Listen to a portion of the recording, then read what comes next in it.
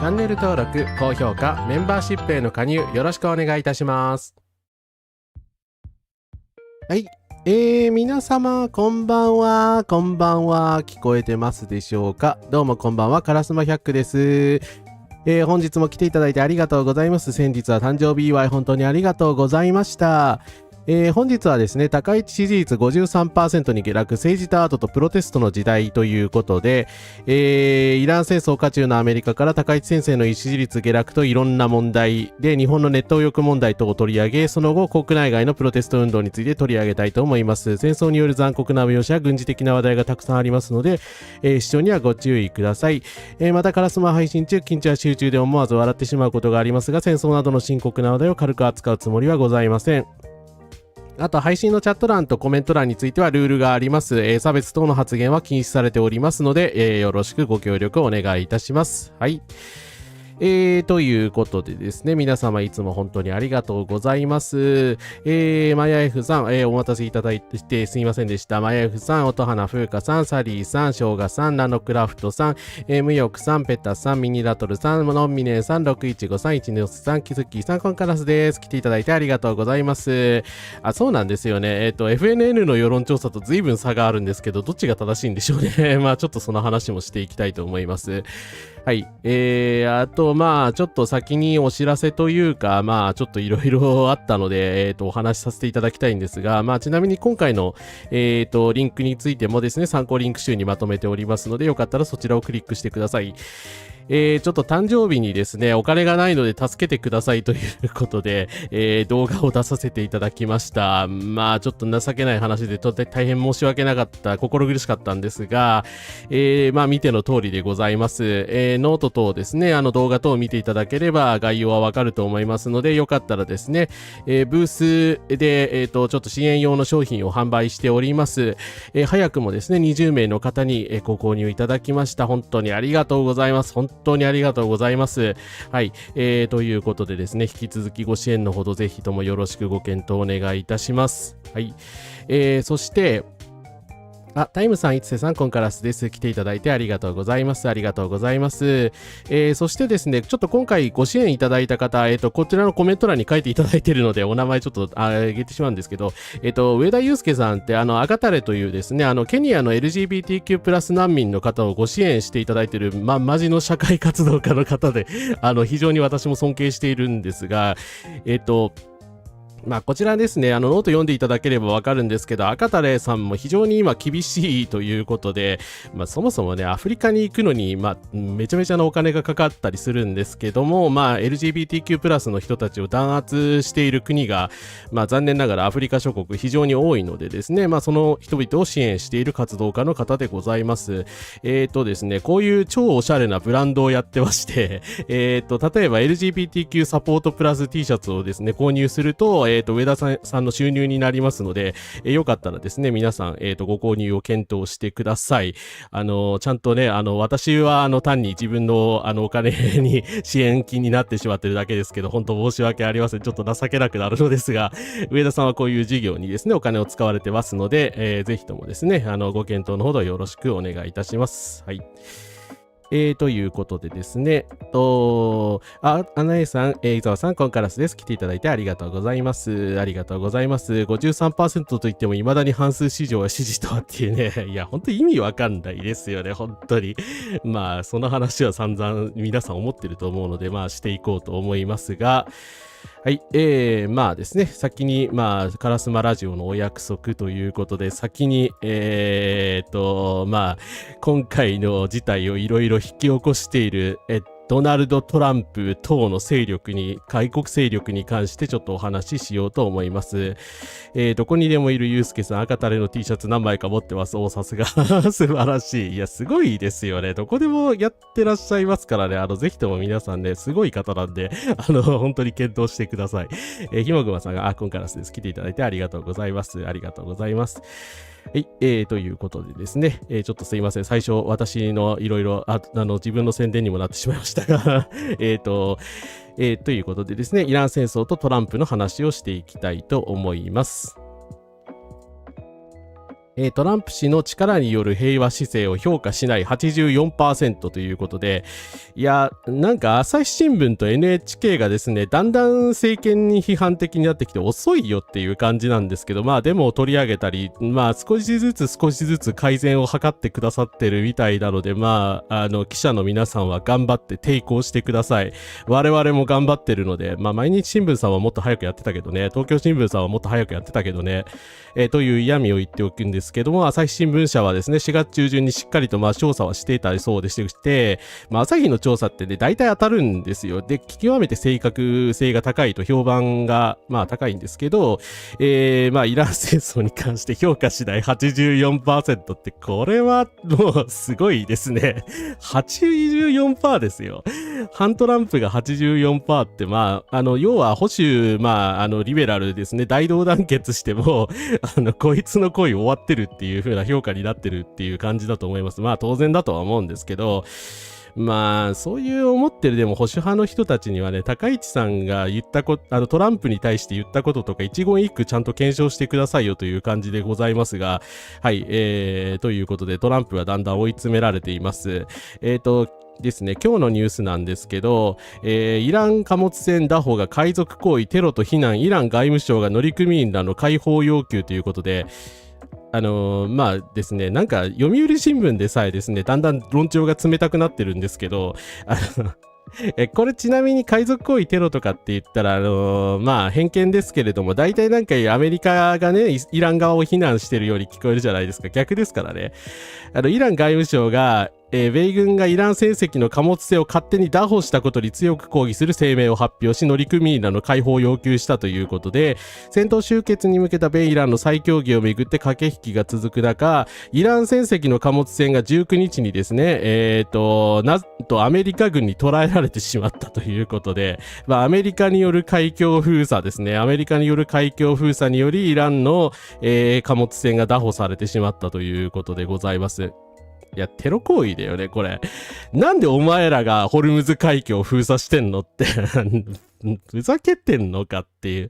まあ一応まあ、アメリカの名誉なんてあんのかっていう感じですけれども、まあイラン側ももちろん悪いことはしていて、イランと関係良好なインド船籍の2隻をですね、なぜか銃撃してしまったんですよ。これまあ19日18日かすいません、の話なんですけど、まあインドが猛抗議してですね、まああんまり悪意はなかったというふうに言ってるんですけれども、まあ革命防衛隊のミスなのか、まあ何なのかよくわかりませんが、かなりまあ彼らもね、アメリカの船が何やってくるか警戒している状態なので、まあこんな状況じゃですね、ホルムズ海峡誰も通れないですよね。まあ封鎖は続いているという現状でございます。はい。いやー、でも信じられないですね。アメリカ軍側が拿捕してんですよ。これ海賊でしょ。っていう、ですね。まあ本当に意味がわからないですね。そういえばこの間の国会前電話で朝日の記者さんにインタビューされました。おー、そうなんですね。やっぱりちゃんと取材は来てるんですよね。もっとちゃんと報道してほしいですね。ボリタスのアメリカ報告、見てればですね、まあトランプのひどさは本当よくわかると思うんですが、まあ当然の結果ですよね。はい。そう、朝日ね、風見鶏なんですよ、結構。だから、世論を見てね、右に行ったり左に行ったりしてるところが結構あるので、全くリベラルとか左翼ではないと思うんですが、どこを見てんのかな、その、列島翼の人たちは。はい。まあ、米国イスラエルこそね、世界最強のテロ国家になっちゃいましたね。まあ、NHK はそうですね、時々良心をね、取り戻してくれる時々なんだけど、先月の京都での事件で SNS で、犯人は外国籍というはっきりとデマだと言ってくれましたと。なるほど。NHK はファクトチェックはやっぱりちゃんとしてくれますよね。そこはやっぱり評価されるべきだと思います。それは支持しようがないだろ。大量破壊と大量殺戮と海上封鎖ですしって。貨物船を拿捕したのが在沖縄米軍なのか。そうなのか。ごめんなさい。そこまでちゃんと確認してなかったです。この私記事しか読んでなかったんで。そうなんですね。いやー、そうなるとでも、あれですよね。我々の国から沖縄から出発した米軍がイランの船を拿捕してしまったっていうこと、イランからすると印象悪いですよね、それも。いやー、そうなんですね。いや、ナフサがどんどん遠くなっていきますよね。間もかけてん連合さん、コンカラスです。普段 LGBTQ とミジンも興味ないどころか、むしろ差別しているネット右翼がイスラエルのピンクウォッシュに便乗してパレスチナを攻撃していたって最悪ですね、あいつら。本当に。一つもいいことしてないな。ということでですね、ついに、イラン戦争大賛成であったウォールストリートジャーナル WSJ が、トランプを猛烈に批判する記事を出しました。まあこれ読んでいただければ無料でしかも出してるのでまあ意図がなんかあると思うんですけど、まあ大体ね、イラン戦争がどういうものかっていうのはわかると思います。ただまあ WSJ これを出すのが1ヶ月遅いですし、今までね、イラン戦争に賛成するかのような記事をたくさん出してきたので、罪は深いと思うんですけど、まあついにアメリカの金持ちも愛想を尽かしたのかなという感じです。戦争に対するトランプ大統領の強がりの背後で彼は自らの恐怖と戦っているということで、まあ、トランプのですね、思いつきとか、まあ、ギッシュギャロップっていうなんか一応名前はあるんですけど、思いつきとか嘘とかデタラメを言いまくるスタイルが、まあ、イラン戦争という、まあ、イランというですね、腰を据えて戦ってくるタイプの相手に対して非常に相性が悪く、まあ、全てにおいて裏目に出ているということがコツコツと書かれております。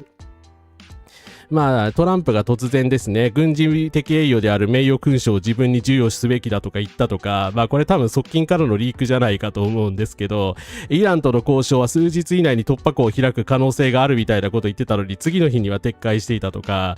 まあね、恐るべき軍事的成功を約束するみたいなことを言ったらですね、すぐに撤回したりとか、まあ、他の政権当局者がドナルド・トランプのポストは即興的なものであって国家安全保障計画の一部ではなかったというふうに釈明したりとかですね。はい。まあ、悪いやつ、ネタニヤフに騙されてですね、うっちもさっちもいかなくなっているという現状がこれでもか、これでもか、これでもかという感じで書かれております。まあ当然だと思うし、だから1ヶ月前にこれを言えよってアメリカの金持ちさんはよという感じなんですけれども、まあついにですね、彼らの、バックからも見捨てられてるのではないかなというふうに思います。で、まあ、ついにはですね、トランプ大統領の側近らは交代でトランプに対し、即席のインタビューはトランプが矛盾したメッセージを送っていることを国民に、知らしめるだけなので制限すべきだということで、インタビューに出すの逆効果だから出すなみたいなことを4月には言い出してたらしくてですね、高市さんじゃん。まあ当然のまあ態度だと思うんですけど、さすがにホワイトハウスのマガな人たちもね、もうトランプに喋らせない方がいいっていうことを分かってて、まあ、このね、写真の選び方もかなり悪意があると思うんですが、4月1日に偉そうな演説をしたんですけど、全く支持率、イラン戦争に対する支持率は上がらず、まあ、マガの人たちからもどんどん見捨てられているというようなことが書かれております。まあ、最初からね、全てが間違ってる戦争ですから、さっさとやめるしかなかったと思うんですけど、個人的にはね。まあ、それをやめずにですね、ずるずると引きずってしまった結果、まあ、こういった事態になってるということですね。はい。ということでですね。悲しみさん、きやみさん、コンカラスです。来ていただいてありがとうございます。ありがとうございます。ポリタスは白い野望の件でボイコット。いやー、ちょっとね、あれは釈明してほしいな。自分で自分に勲章とかブレジネフっぽさがありますね。いや、日本もよく言われるけど、なんか末期のソ連みたいになってきてますよね。なんか独裁者をちゃんと批判しなきゃいけない段階なのに、もう誰も批判できないみたいなですね。そうですね。ワシントンに凱旋門建てるみたいなことほざいてますけれども、無理じゃないかと思いますよ、これだったら。スポンサーが許さないでしょう。はい。いや、でも本当日本経済崩壊しかねないですからね、一刻も早く高市さん辞めさせないとまずいと思います。はい。エグセスに責任を押し付けて逃げたがってるのではないか。まあそうでしょうね。本人的には本当一刻も早く誰かに押し付けて逃げたいんだと思いますよ。そこの多責的なところもやっぱ高市さんと同じなんですよね。だからアメリカの人たちは大変だと思いますけどね、頑張ってください。もうちょっとデモとかで応援してるので我々も頑張るから頑張ってくださいやっていう感じですが、イスラエル兵が家族の子供を抱きしめている映像を見て恐怖しました。他人を殺しながら家族を大切にするのはあまりに私たちに似ているという。いや、イスラエルのそうですね、兵のプロパガンダなんですけど、ドン引きされてましたね。ちょっと今回取り上げないですけど、そういうプロパガンダが、ありました。そうですね、ベネズエラの成功、学校付きの成功がね、慢心を呼んだということも WSJ は書いております。はい。ということでね、そもそもなんでトランプや高市なんかが支持されるのかという感じではあるんですが、ですね、このトランプさんをですね、猛烈に支えている人たちがいます。はい。ちょっとお誕生日配信でも登場してしまったパランティアなんですけど、改めて時事配信で取り上げます。よく聞かれるので、我々の技術共和国のマニフェストについて答えましょうということで、謎の、ですね、イキリ投稿、長文投稿をですね、私の誕生日に投稿しました。喧嘩売ってるんですか？要約すると AI ファシズムをやるというような内容です。問題は AI 兵器が作られるかどうかではなく、誰が作りどのような目的で作るかである。私たちの敵対者は軍事及び国家安全保障に不可欠な技術の開発の功罪についての劇場的議論に浸るために一時停止はしない。私たちは突き進んでいくであろう。アメリカのパワーは異様なほど長い平和を可能にした。多くの人々が忘れたか、あるいは当然しているが、ほぼ1世紀にわたる何らかの平和のバージョンが大国間の軍事紛争だし、世界で支配的だったことを忘れるべきではない。少なくとも、数十億の人々とその子供たちは世界大戦を知らないのである。戦後のドイツと日本の虚勢は撤回されなければならない。ドイツの無力化はヨーロッパが今重い代償を支払っている過剰強制であった。日本の平和主義への同様で高度に劇的なコミットメントには維持されれば、アジアのパワーバランスを脅かすであろう。日本を軍国にしろって言ってる。何言ってんのこの人たち。いや、信じられない投稿なんですけれども、しかもこれ、気質の内容らしくて、アレクサンダー・カープっていう、ティールと並んでパランティアのボスをやってる、マジでやばい人の、著書からですね、引用らしいです。はい。いやー、すごいね。こういうやつが戦争を起こすんだっていう、お決まりのセリフがありますけど、マジで戦争を起こしたくて戦争を起こしてますよ、僕らはって。なんか悪いんですかっていう。なんで、イランのね、小学校を誤爆したんですかね、パランティアさんは。よくわかりませんけど。はい。この投稿にですね、世界中から批判が集まっておりまして、これテック系のアカウントみたいで、一応調べたんですけど、怪しげなアカウントではないですが、パランティアは民間管理の国家を構築しようとしている。パランティアは普通のテック企業ではないし、最初からそうではなかった。これは監視、軍国主義、エリート思想、ソフトウェアが一つに融合した時に生まれたものであると。この会社はすでに国家を食い荒らしており、2025年の年次報告書でパランティアの収益の 54% が政府関係者の顧客から来ていると述べた。ペンタゴンはパランティアの命運システムっていう、AI のですね、軍事システムなんですけども、コア軍事ステータスに移行させ、長期的制度資金を投入し、NATO はパランティアの AI 搭載システムを連合軍の作戦コマンド向けに取得した。パランティアはただの分析ツールではなく、人口、境界、戦場、官僚機構、制度、権力によって読み取りやすくする AI の道具であると。イギリスではパランティアはすでに NHS というですね、国民皆保険システムみたいなのがイギリスあるんですけれども、こちらのデータプラットフォームに深く組み込まれており、3億3000万ポンド7年間の契約の下で働かせている。そして2日前に多くの人が警告したように、イギリスはそのテストケースで弱い立場にあり、依存がすでに進行中であると。パランティアは人々を深く不安にさせる種類の会社であり、それは効果的でつながっており、イデオロギー的であり、国家の最悪の本能が現代最強の計算ツールと出会う場所に居座っていると、いうことでですね、あんまり付け加えることはないかなと思います。なぜプライバシーを気にする必要があるんですか？私たちには隠すものなんてないよと。私たちは毎週こういったマニフェストを目にしていますが、昨日医療記録を掘り起こして法執行機関向けのソフトウェアを構築するパランティアという企業が自由と民主主義について22項目のマニフェストを発表しました。これがあなたがプライバシーを気にするべき理由でしょうと。いやー、でもほんとすごいですね。こんなもんが入ってきたら我々のデータが戦争のために勝手に利用されるかもしれないですよ。だから AI の著作権侵害とかそういう次元の問題じゃないですからね。監視社会でしょ、監視社会。だからこういうパランティアのピーター・ティールと会った上でスパイ防止法みたいなのを作るって言ってるんですからね、高市さんは。ちょっとね、筆舌に尽くしがたい危険性だと思います。ラズーさん、コンカラスです。いや、この会社とやっぱ仲良くするのはね、本当ね、ディストピアの SF の悪の組織ですからね。本当に。シャレにならないからね。高市とトランプは似てますね。生きる、思いつきで喋る、すぐわかる、嘘つく、謝らない、人のせいにするっていう。だからやっぱりそういう風に生きてきた人だからなんでしょうね。やっぱり本当良くないですよね。詐欺師ですからね、基本的に。産経の支持率 70% はさすがに面白い。高市をよいしょする高額サブスクをやっているので信用できないですと。どういう調査方法を取ったらこんな差出るんですかね。それはちょっとわからないですが、はい。怪文書すぎて邪悪すぎる。パランティアはイスラエルの虐殺にも当然加担しております。はい。イスラエルのその AI 虐殺システムを作ってるラベンダーっていうシステムがあるんですけど、それはイスラエル製なので、さすがにパランティアが作ったものではないと。ティールは公弁してるんですけど、大して変わらんわって参考にしとるやん。AI の軍事利用についてもそうですね、新聞で批判はされてきているんですけれども、ちょっとですね、本当にパランティアは同行しているので、はい、だから絶対にね、国民の個人情報を売り渡したりしちゃいけないですよ。いやー、ディストピアや。ナミさん、コカラスです。チーム未来が連立推定してテック監視しそう。いや、ありえなくないから困るんだよな。で、これですね、ネットで話題になってたので読んだんですけれども、モイラ・バイゲルさんという人のパランティアの、フランクフルト学派と、この左のですね、カープっていうですね、ティールと並ぶ、パランティアのボスの思想がいかにやばいかという、ことを書いた論文があります。めちゃくちゃ長いので、興味ある人は、でもぜひ読んでください。非常に面白いです。不謹慎ですけど。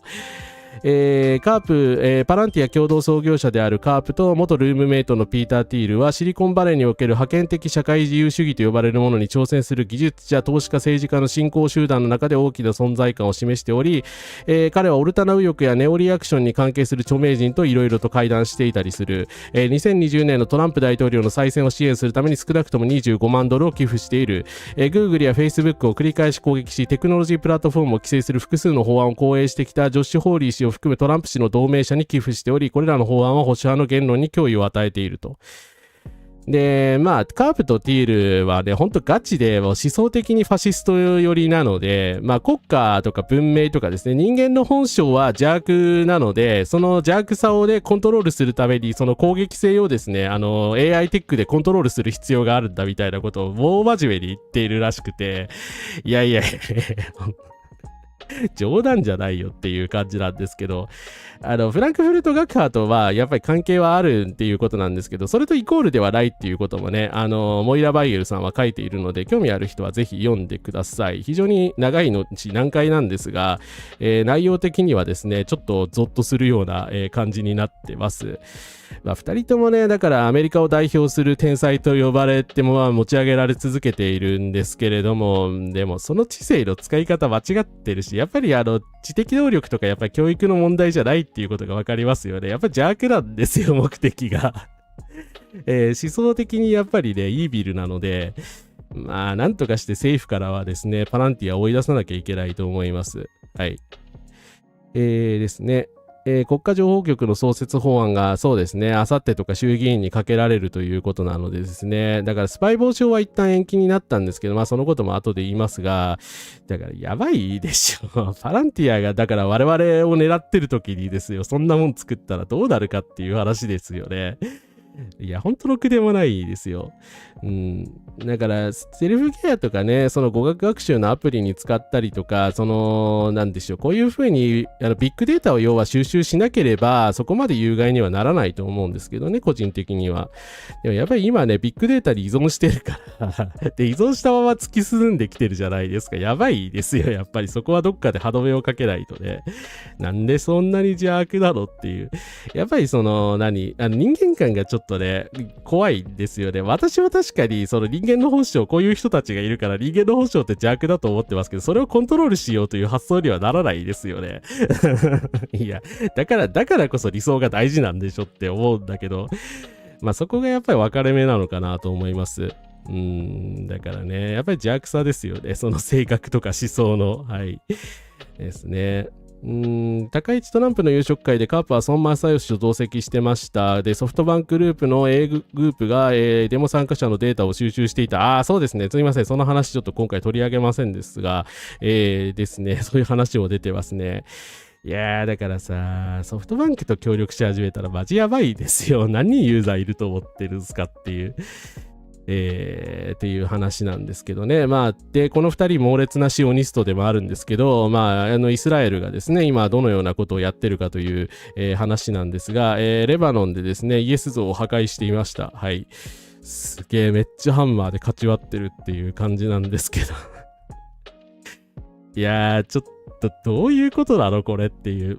レバノンってですね、キリスト教徒の人がたくさん居住されている地域でして、当然ですけれども、キリスト教コミュニティ、強固なコミュニティがあります。で、そこをですね、侵略しているわけなんですけど、レバノン南部でイスラエル兵がイエス像を大ハンマーで叩いていると思われている画像がネット上で広く共有され、BBC がファクトチェックしたところ、偽画像とか AI 画像ではなく本物だったということで、激しく非難されているそうです。で、さすがのネタニヤフもああやってて、唖然とし悲しんでおります。私どもは反キリストではありませんみたいなこと言ってるんだけど、遅いよ。説得力 0% ですね。はい。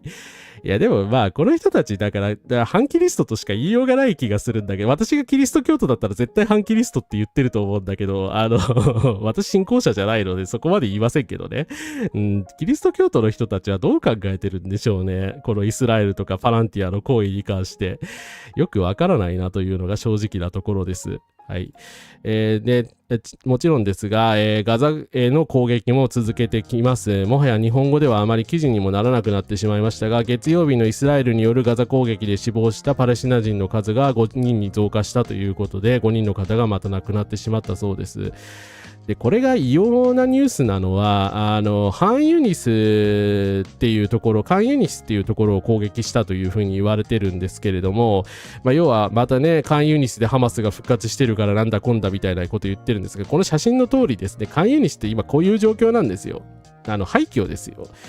だからイスラエルが爆弾の雨を降らせた地域ですから当然ながらですね、ずっとこういう光景が広がっているところに対して空爆を仕掛けたりとか、ドローンで攻撃したりとかするってどういうことなんですかね。意味がわからないんですけど、はい。だからこういうね、極めて邪悪なことをやっている人たち、ローマ教皇がね、起こったりしてるのはだから当然だと思うんですけれども、いい加減ね、やっぱり世界の宗教者とかも団結して非難しなきゃダメじゃないかと思います。はい。タヌコッコさん、コッカラスです。来ていただいてありがとうございます。ニックランドやヤービンのような怪しげな思想家になぜシリコンバレーのエリートがハマってしまった。いやー、本格的にそういう分析、してる方はいるんだと思いますけど、すいません、ちょっと私もよくわからないのです。やっぱりしなきゃいけない時期に来てますよね。絶対ダメでしょ。なんでやねんっていう。いや、ほんと福音派の人たちを放置しちゃダメでしょ。さすがに最近マガの人たちもイスラエルはやばすぎるって言って非難し始めてるけど、でも彼らはもともと反ユダヤ主義者だったりするので、はい。だからエルサレムを所有してるってどういうことなのっていう。いや、ほんとね、パレスチナの人たちの命もレバノンの人たちの命もどうでもいいんだろうなっていうふうに思っちゃいますよね。ソフトバンクと共同通信がしれっとデモの人たちのデータ集めてたのね、怖いですよね。あれは別に AI でのビッグデータというのとはちょっと違うと思うんですけど、やっぱりソフトバンクがやってることを考えるとですね、ちょっとって思っちゃうのがですね、先ほどコメントも読みましたけど、実情ですよね。はい。偶像崇拝禁止されていや、それはイスラム教ではノストラダムスの大予言によればアンチキリストがいっぱい湧いてくるとかいや、自分で自己成就しようとしてるんですか、やっぱり。ハルマゲドンを目論んでるとか、いろんなこと言われてるわけですけれども、そこまでは考えてないと思いますけど、イスラエルの人たちは。いや、この像を壊す行為だって元はといえばネタニヤフが全て招いたことですからね、当然謝罪なんてしたって、許される話じゃないですよ。はい。道の海賊さん、コンカラスです。ユダヤ教徒の指導者でね、イスラエルを批判してる人たちはやっぱり偉いですよね。ただね、アメリカとかでしかいないかし、イスラエル内では非常に迫害されてますからね。はい。で、それに関して、これ、ちょっと SNS とかで取り上げて、タイミング的に先週ちょっとお休みいただいたりしちゃったので取り上げられなかったんですけど、バーチャル YouTuber の、カミラ・インプさんという方が、親族をイスラエルの集中爆撃で殺害されたそうです。改めて哀悼の意を表します。いや、でも、オタクによる反戦デモの訴え、正しかったですよね。いや、本当に正しかったですよ。だから、そういうルーツの方いるでしょ。だからちょっと想像すればわかるでしょ。だからバーチャル YouTuber とかやってらっしゃるんですよ、レバノンの人だって。当たり前じゃないですか。だからね、彼女はなんかアメリカとかに住んでるみたいなんですけど、だからちょっと考えればそんなのわかる話だし、レバノンルーツの人って世界中にいるので、国際的な国家なので、はい、だからそこにね、空爆したりとか民間人を大量殺害したら何が起きるかって、イスラエルは1秒でも考えなかったのかなって思うんですけれども、まあ、相変わらず SNS でね、シオニストとか自称現実主義者とかアンチ VTuber の人まで乗っかってきてなんかカミラさんを叩いてるんですけど、加減にせよって思いますね。まあ、あまりのひどさに海外アニメオタクの人たちも結構ブチ切れていたりしてあれなんですけど、いやー、なんか救いがないですね。はい。まあ、とにかく彼女が平穏であることを祈ります。シリコンバレーのエリートが持っていたエリート意識やリバタリアニズムが反民主主義、暗黒啓蒙と接続した。なるほど、そうですね。やっぱりエリート主義が根底にありますよね。自分たちの、先民思想というか、イスラエルも分かりやすいぐらい先民主義的ですけれども、はい。白人至上主義者ですからね。パレスチナ人の住民を追い出して残った食材で料理している写真を見た。だからそういうことするたびにさ、その世界中から嫌われてることわからないんですかね、あの人たちはね。はい。家族を殺害されてた被害者が叩かれるっていうの本当に意味わかんないですよね。だからアニメとだから私もだから支援とかお願いしてますけど、だからこういうことで悲しいこと言うなみたいな人たちが結構湧いてたんですけれども、そういう問題じゃねえだろっていう。だから自分のリスナーさんに説明してるんだから当たり前でしょっていう話でしかないと思うんですけど、はい。AI VTuber とコラボしてたんだ。ということでですね、最後に、これちょっと非常に面白かったので、よかったら、ちょっと読んでみてください。アートニュースでトランプ時代の芸術、ナチス映画と福音派映画の比較を示すマガの価値観ということで、今までのね、宗教であるとか、アートであるとか、文化の話とちょっとつながってくる話だと思うんですが、これ非常に興味深い内容だったので、よかったら皆さん読んでください。文化領域においてナチスとマガがすげえ似てるというような話が書いておりまして、要は一見して伝統的なエリート層への批判みたいなことをかっこつけて言ってるんですけど、非常に俗っぽいんですよね、どっちも。でナチスって洗練された芸術であるとか、そのかっこよさを魅力にしたみたいな、トランプの顔が怖いんだけど、すいません、一瞬出しちゃった。言ってね、大敗芸術として犯罪扱い、したりですとか、ですね、音花風花さんと、先日、ちょっと、そうだ、すいません、待機画面ありがとうございました。新しい待機画面ありがとうございました。ちょっとお話たまたましてたんですけれども、当時のね、先駆的なドイツ芸術を大敗芸術として犯罪扱いしたりとか、ひどいことを散々やってきたんですけど、非常にだから俗っぽい世俗主義的なそういうプロパガンダアートみたいなのが好まれたんですけど、例えばこういうものですよね。God is not dead. In God we trust とか。これ全く日本国内で知られてない、要はキリスト教映画らしいんですよ。幸福の科学映画みたいなノリですよね、多分。だから日本にももちろん類似のものいっぱいあるから、あんまり偉そうでね、なんか宗教だみたいなことを言うのは差別的なのでやめた方がいいと思いますが、こういう映画をね、我が支持者の人たちってすげえ好んで見てるらしくて、超保守的な価値観、中絶は良くないとか、リベラルは良くない、ポリコレは良くないよみたいなことをですね、延々と言ってるらしいんですけど、海外では全く1ミリも受けないので、誰も知られてないんだけど、トランプとかトランプの支持者の人たちはこういうね、非常に保守的なジェンダー感の映画とかを見まくっていて、ものすごく偏った思想になっているという、ちょっと話が取り上げられておりました。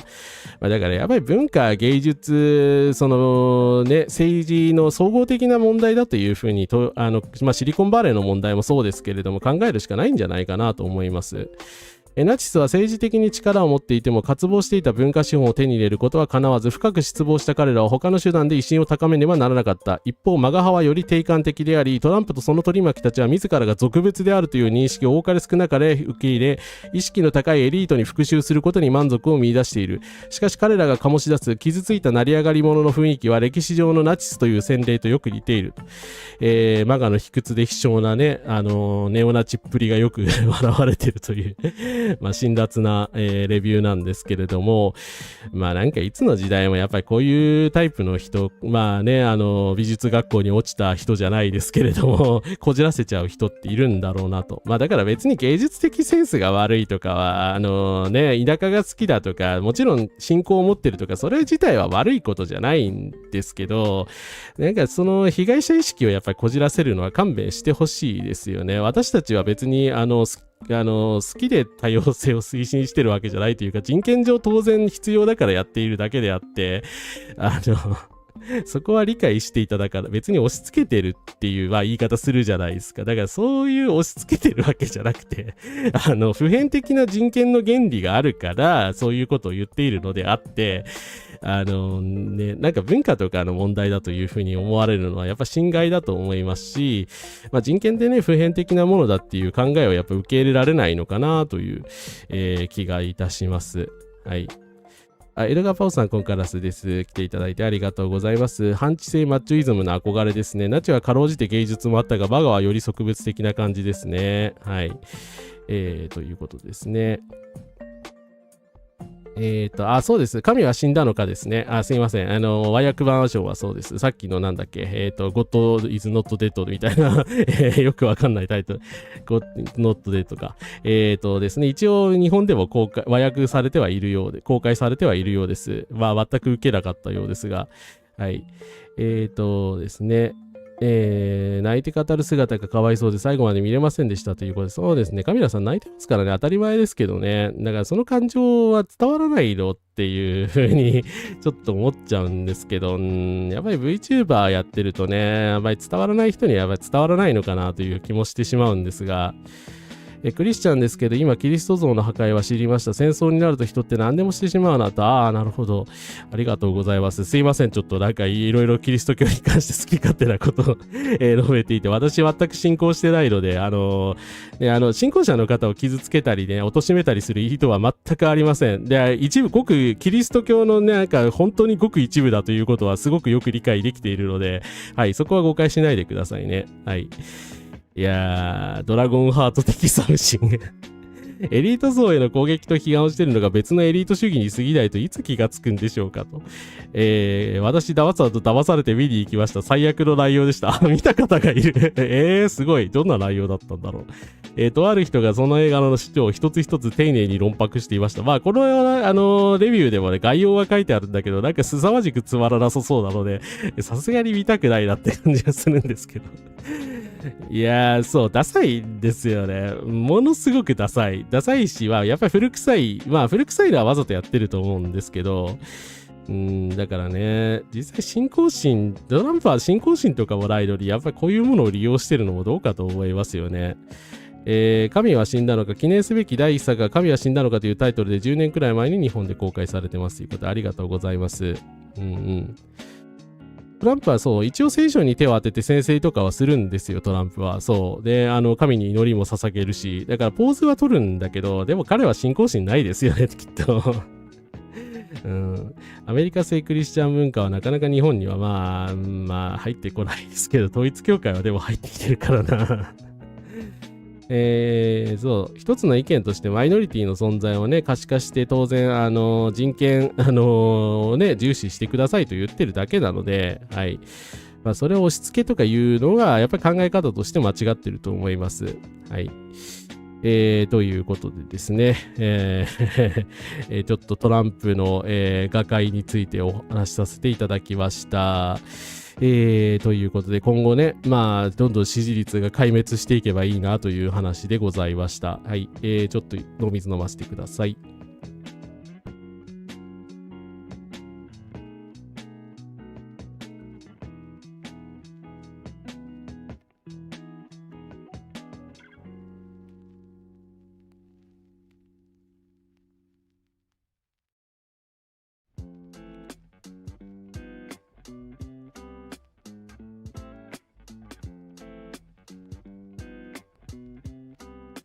ははい、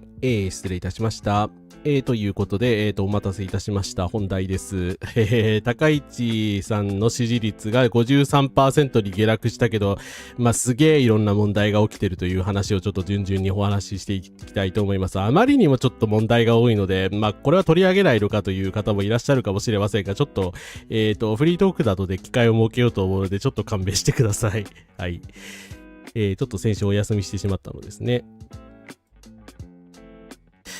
高市内閣の支持率 53% 発足以来最低毎日新聞世論調査ということで、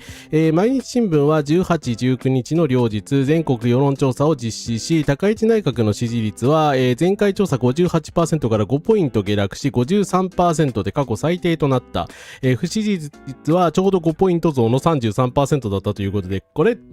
支持してた人が無党派にならないで、ものす直でですね、不支持に行ってるっていう風な結果にも見えるんで、結構重い内容じゃないかと思います。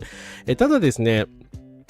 一応毎日の世論調査って結構信頼性高いと言われているので、取り上げたんです。タイトルにしちゃったんですが、一つ注意として言っておくと、フジテレビ系のですね、FNN は、高市内閣支持率再び7割台、原油価格上昇への対応、不十分が過半数超えと、なんか後半はね、一応批判、エクスキューズを入れつつもですね、70% の支持率がありましたと、我々の調査では 70% なんですと、上がってるんですという、どっちが真実なんだろう。でも7% ぐらいの差があるの結構でかいですよね。ここまで世論調査に開きがあるのって珍しいと思うんですけど、はい。実際はその中間ぐらいでやっぱ6割ぐらいは支持してるのかなというちょっと気はしますが、ちょっとどちらが正しいのかというのは私にはわかりません。はい。フジテレビとね、読売の結果を総合すれば、どちらがより真実に近いのかは見えてくるかもしれません。ただ、フジテレビはね、上がってるよって言ってるんですけど、それでもね、やっぱり政権発足当時からしたら5ポイントぐらい下がってるので、支持にしない人たちが徐々に増えていること自体、傾向自体は事実ではないかと思います。はい。ですね、支持率 5% が妥当なのだ。ですね。なんでだよ、何人に聞いたんだよっていう。高市さんは同性婚を実現してくれると思われていたという。いやー、ジェンダー平等とかやっぱりね、期待して投票しちゃった人もいるみたいですからね、それは本当完全に間違ってるからね、過ちを認めてほしいと思います。はい。なんだかんだ生活が安定しなければ下がらないし、これからやばいと思いますっていうですね。ですね。何人っていうのはリズの話なんで、それはもちろん分かってますよ。はい。はい、大丈夫です。ですね、そういった意図はないことは分かってます。ありがとうございます。で、外交安全保障政策をね、評価するが 66% だというね、誰に聞いたんだよっていうね、いくらなんだよ、サンプル偏ってないかみたいなことも書いてあるんですけれども、ただね、経済対策への評価が7割ぐらいに上ってるっていうのは、この前の TBS の調査でも同じだったので、これは残念だけども事実なんだろうなと、私は最初から批判的なので、っていう感じなんですけれども、ちょっとですね、ただですね、それ以前にちょっと気になることが今日出てきてるので、昨日今日か出てきてるので、ちょっと高市さんの映像が流れますので、1分ほどちょっと注意してください。流します。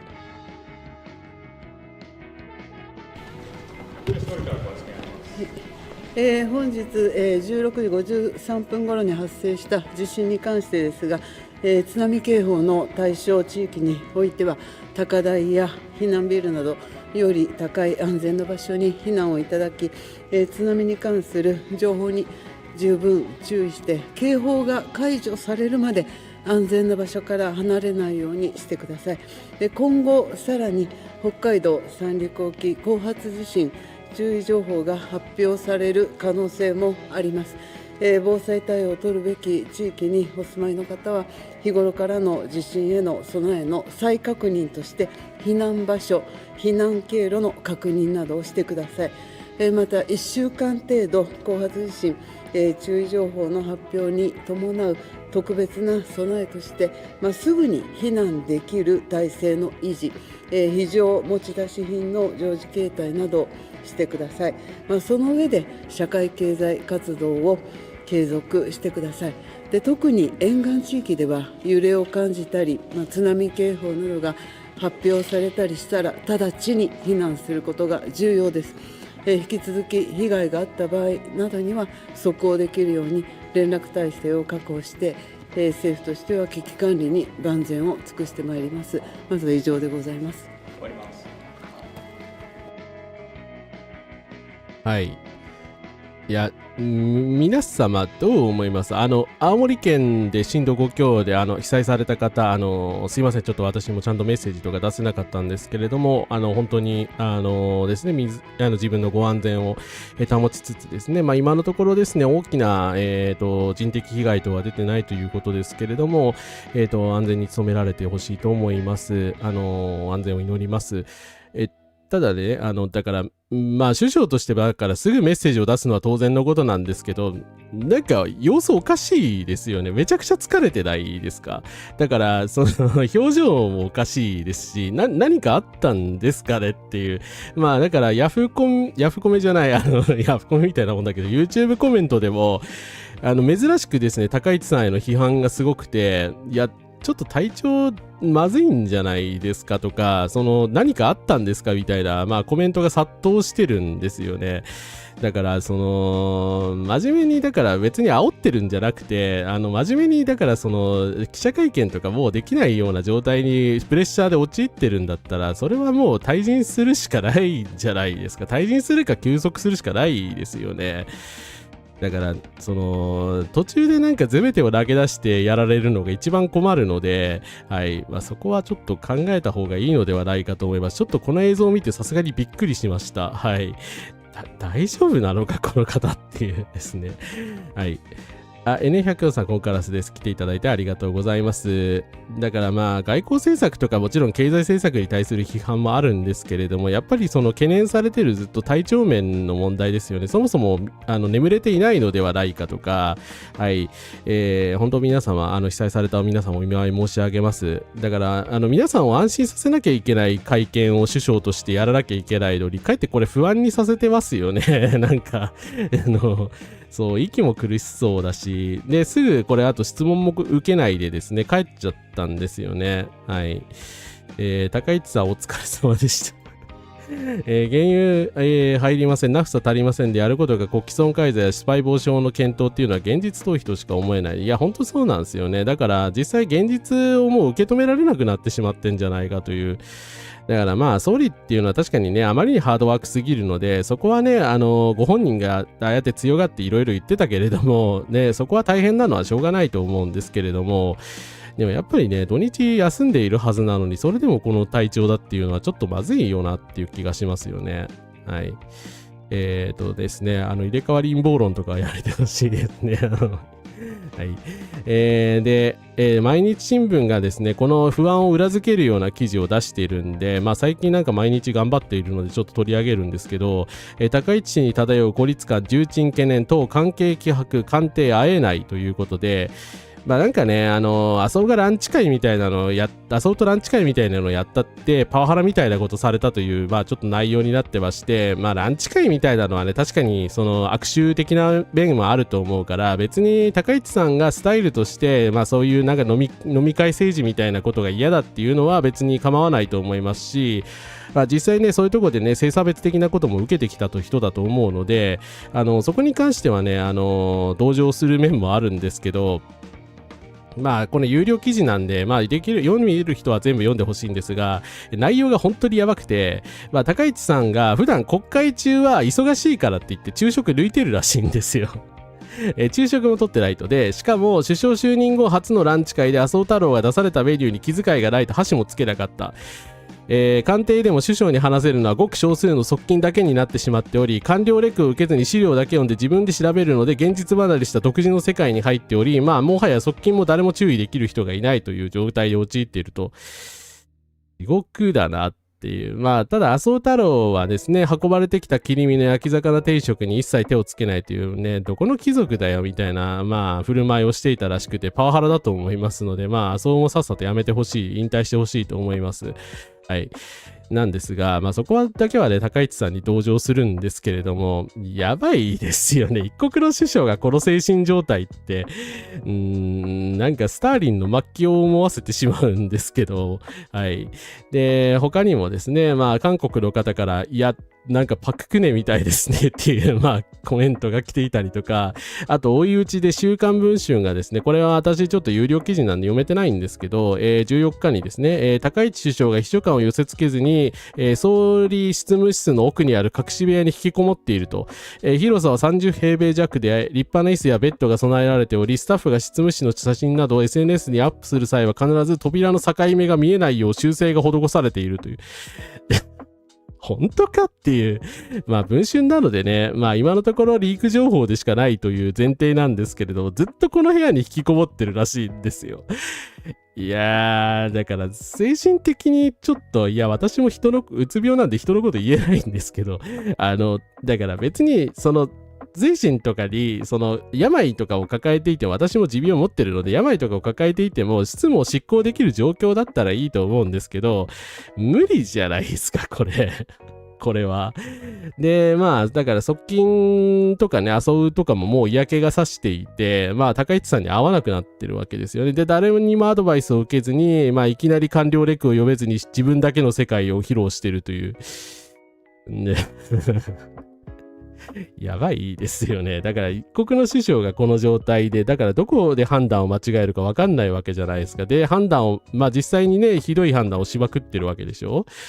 だからこれはもはやなんか政府として機能してないんじゃないかなというふうに個人的には思います。はい。ということでですね。記者団の取材にも応じてません。はい。ちょっとすいません。画像出しちゃいましたが、記者団の取材しようとしたら、ちょっとですね、ちょっと見せてなかったけど、トタタタタって足早にですね、逃げちゃったんですよ。で、これも異様な対応ですよね。はい。宿題溜まりすぎて逆に動けないのかもしれない。危機的状況を認知したなら何よりだよ。今までの対応から言ってどれだけやばいか認知してない可能性。まあさすがにやばいとは思ってるんでしょうね。だから内心焦ってるんじゃないかという気もしますけれども、まあ周りの人たちがあんなんだし、高市さん本人も引きこもってしまってるのではちょっとまずいですよね、これは。パクネ状態ですよ。情動性スッカスカなので何に疲れているのかとなると、自身の何かしら体調不良なのかパートナーさんの問題なのか、まあそちらの私的な問題なのかもしれないですけどね。そう、燃え尽き症候群になっちゃってる可能性もありますよね。だから現実を受け止めきれてないのかなっていう。で、国会で立てなかった理由もそれじゃないかっていう気がしますよね。本当のことを言うと当確から、それはちょっと後で取り上げますが、だからね、高市さんはでも批判できない雰囲気になってんのもまずいですよね。まあ、スターリーは同志を粛清していたということで有名なんですが、さすが民主主義国の切れ味。いやー、まあ、バックレで10年前に経験してますからね、韓国の方々はね。いやー、でもなんかね、左翼力士でまあ批判してってる人、まあ、支持しちゃってる人はまあなんか仕方ないというか嫌だけど、まだ理解できるんだけど、でも全市民の2割ぐらいだと思うんですけどね、そういう人たちって。他の人たちってなんで高市さんを支持してるんでしょうね、これで。アバスンさんコンカラスです。気遣いとしての高市やめろ。いや、ほんと気遣いになってますよね。だって私たち何もだからできない状態に陥ってんじゃないかという懸念からやめろと言っているわけですから。ですね。いや、ほんと麻生太郎さんはほんと消えてほしいですね。プラカ高市さんもうやめたらどうでしょうか。背を向けたのは記者団だけではありません。首相をやめた方がいいと思います。みんなのためだけじゃなく本人のためでもありますということですね。だからね、まあもちろん高市さんだけの問題じゃないですよ。麻生も最悪だと思うので、だって自分で首相にしたんでしょ。自分で首相にしといてこの態度なんだろうってありえないよね。だからね、もうまとめてやっぱり政界から消えてほしいと思うし、まあ、その方がね、今まで散々こういうことで悪いことばっかりやってきたから罪は重いですよね、相対的に。陸井もずきさん、コンカラスです。高市さん、普通に心配ではあります。早くやめてゆっくりしてもらいたいです。だからね、多くの市民がそれを望んでるんですよ、マジで。はい。そうですね。だから本人的にはね、やっぱり自衛隊派遣したかったんだろうけど、まあできないから打つ手なしになっちゃってるのかもしれないですからね。まあ生地衆院選で対象しちゃったのがそうですね。逆にプレッシャーになってる可能性もありますね。はい。ね、土日しっかり休みてして休むワークライフバランスのモデルケースだから、いや、それもだから、正直だから、ちゃんと寝れてないとか、そういう理由の可能性も出てきましたよね。私もサボってんじゃないかみたいなこと言っちゃったけど、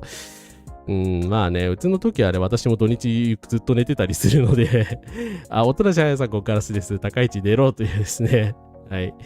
パートナーが介護保険は使わないという心情らしく休めない。そっちの影響もやっぱりあるのか。いやー、ほんとな本当に。いや、正直ね、遊ぶにはね、本当なんていうか、普通に、辞任してほしいです。これは本当はね、悪意持って言いますけど、はい。嫌いなので。はい。でも、高市さんはね、半分心配ですね。はい。確かに半分反対、半分心配という感じでやめろと言ってるわけですが。ということで、ただ、高市内閣の問題行動について述べていきます。はい。武器輸出5ルッパイ系を撤廃しました。安保政策大きく転換っていうのもこれも間違ってるでしょって憲法違反ですよね、これ。まあ、武器輸出を可能にするというのはね、高市さんがまあ出てきてからずっともう言われてても、まあ衆院選で勝っちゃったので確定事項になったというふうに言われてたんですけれども、ついにですね、今日21日の国家安全保障会議 NSC で防衛装備移転3原則と運用指針を改定し、5類型、まあ、装備品の輸出を非戦闘目的に限定するという縛りがあったんですけど、これを撤廃しました。殺傷能力のある武器輸出を容認すると。いや、もはやこれでは平和国家ではないですよ。だからここまで重大な決断をやっぱり閣議決定みたいな形でやってしまうのもおかしいですし、だからもっとね、せめて少しでも議論を尽くすべきだったところ、結局独断専行で、まあ確かに岸田からね規定路線だったのかもしれないし、まあ自民党内のね反対しない連中も悪いんですけれども、まあ平和国家を捨て去ったのではないかというふうに言われてます。三木内閣で外相だった宮沢喜一当時元首相は国会答弁で、たとえ何がしかの外貨の黒字が稼げるとしても我が国は兵器の輸出で金を稼ぐほど落ちぶれてはいないと当時語ったが、参院予算委員会で公明党の西田幹事長が宮沢氏の言葉を引いて、自公の間では累計の追加を議論したがなぜ撤廃なんだというふうに聞いたところ、首相は同志国を増やし産業につなげお金を稼ぐことが落ちぶれたことだとは思わないと。価値観の相違ですね。はい。いや、冗談じゃないですよ。だからね、まあもちろんね、これを撤廃してからといって、直ちにね、アメリカとかいろんな国にね、メイドインジャパンの武器を売りまくっているわけでは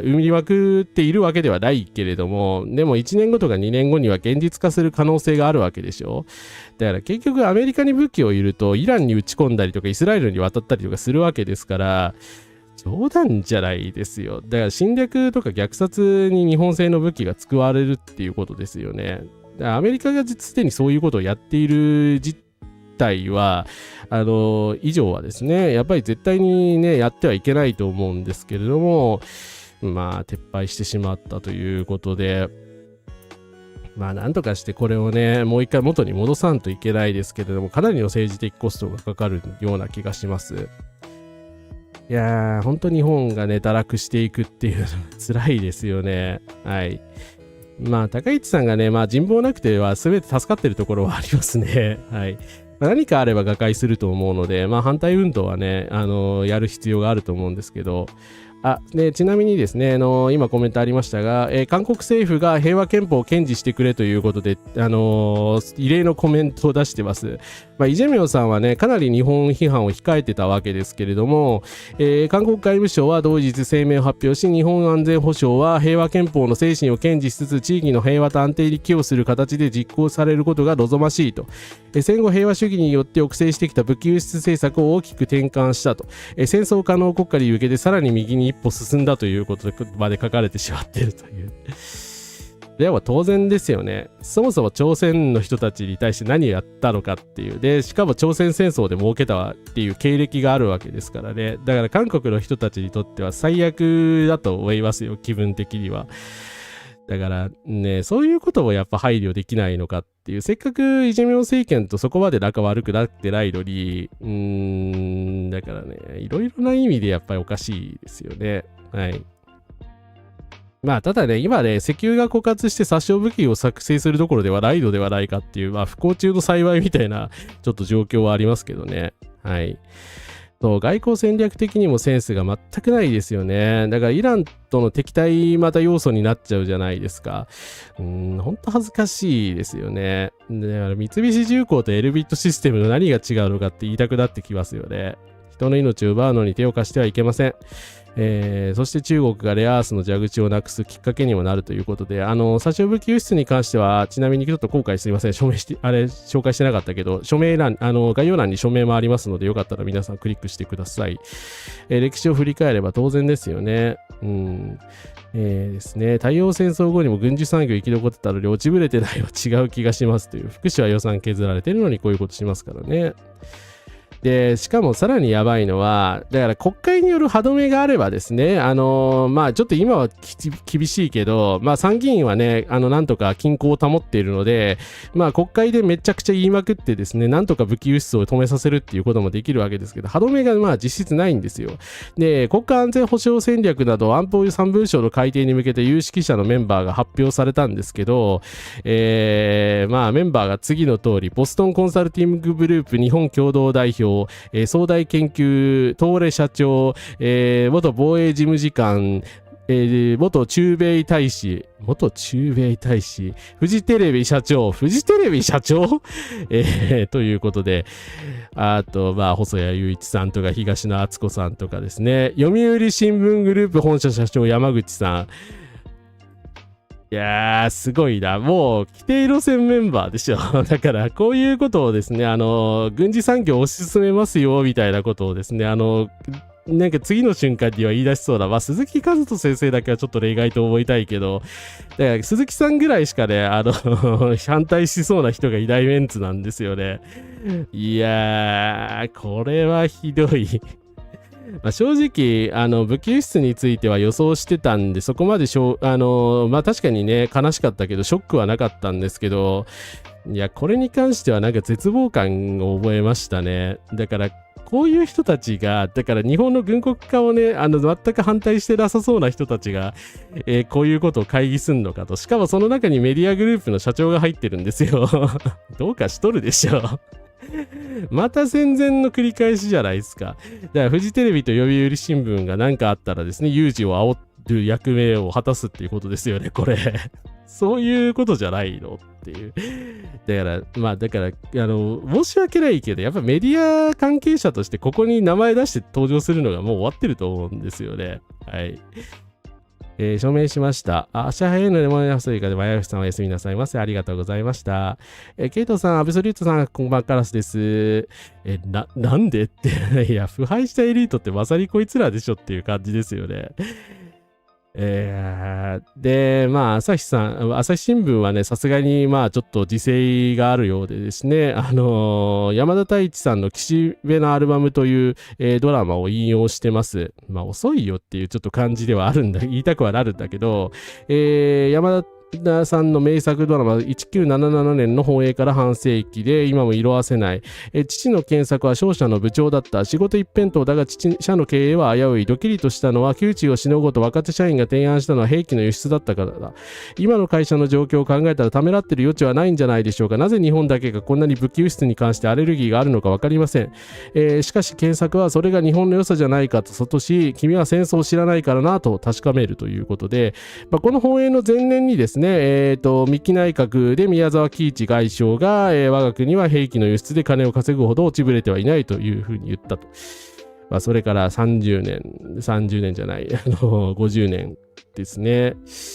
やっぱ落ちぶれたんじゃないですかね、日本は。って思っちゃいますよね。ですね。ただまあ、あまりいいニュースとも言えないんだけど、スパイ防止法案の国会提出はなんか見送るそうです。で、まあ、これはね、さすがにまずいと思ったのか、今秋の提出もやめて、来年以降にするということで、まずは、まあ、先ほどからね、名前出てる国家情報会議設置法案っていうのを23日にも通そうとしています。はい。いや、そもそもやっぱ国家情報会議を潰すべきだと思うんですけど、衆院は通ってしまうと思うので、なんとかならんもんかなという気がします。ただ国家情報会議法案がね、施行されるとスパイ防止法案も当然規定路線だという、メッセージングにも見えるので、これに油断せずですね、やっぱり反対していく必要があるかなと思います。はい。最後にですね、野党プライバシー懸念の恐れ、国家情報局市民への監視に懸念ということで、これに関してね、さすがに高市さんが答弁に答えました。珍しく。で、野党でいろいろ側がいろいろ追及してくれたんですけれども、ここでとんでもない発言が飛び出してまして、高市早苗総理大臣が、中道の長妻さんに対して、人権侵害、インテリジェンスの政治家が非常に心配されております。政府の政策に反対するデモや集会に参加した人だけに対して顔写真や本名、職業などを調査していくことはしませんねと、お聞きしたところ、高市さんはデモそのものが情報活動の監視対象となるのは一般的には想定しがたく、普通の市民が調査の対象になることも想定しがたいと考えています。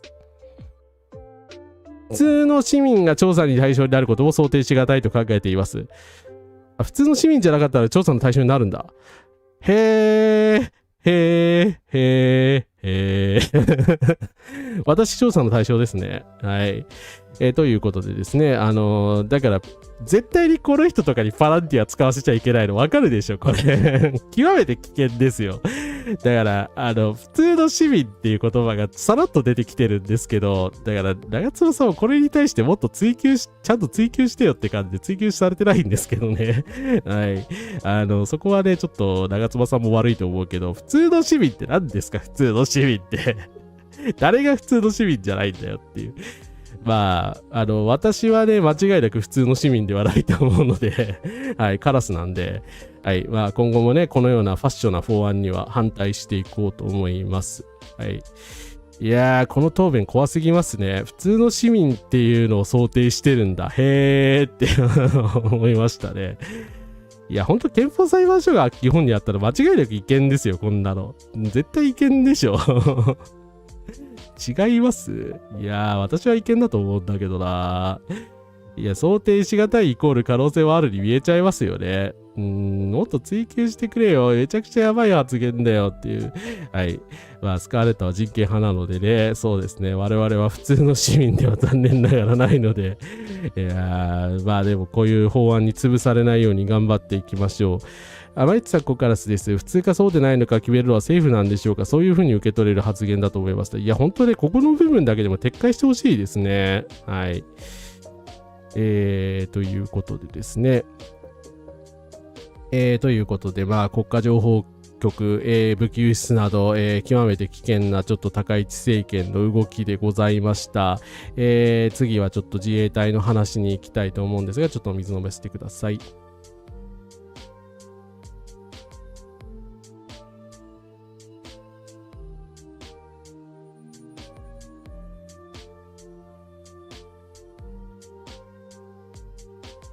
はい、失礼しました。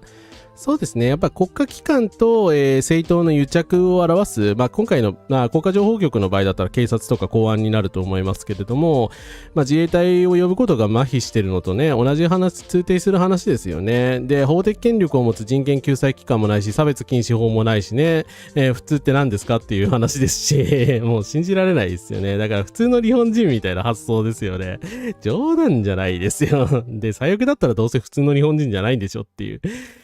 ことを言いたくなりますけどね。はい。ということで、ちょっと自衛隊の話をしたいと思います。ちょっと今日大変、悲惨な事件が起きました。戦車射撃訓練の陸自隊員3人亡くなる、砲弾破裂大分非重大演習場ということで、陸上自衛隊の方が戦車の射撃訓練をしていた際、砲弾が破裂しました。乗っていた隊員が4人が巻き込まれ、そのうち3人が死亡、残り1人も怪我を負った。心から哀悼の意を表したいと思います。ただですよ。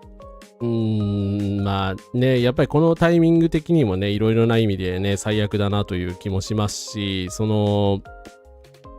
だから自衛隊さんで、今回また比重台ってですね、私知らなかったんですけど、どこなのかなと思ったら大分なんですよね。大分県なんですよ。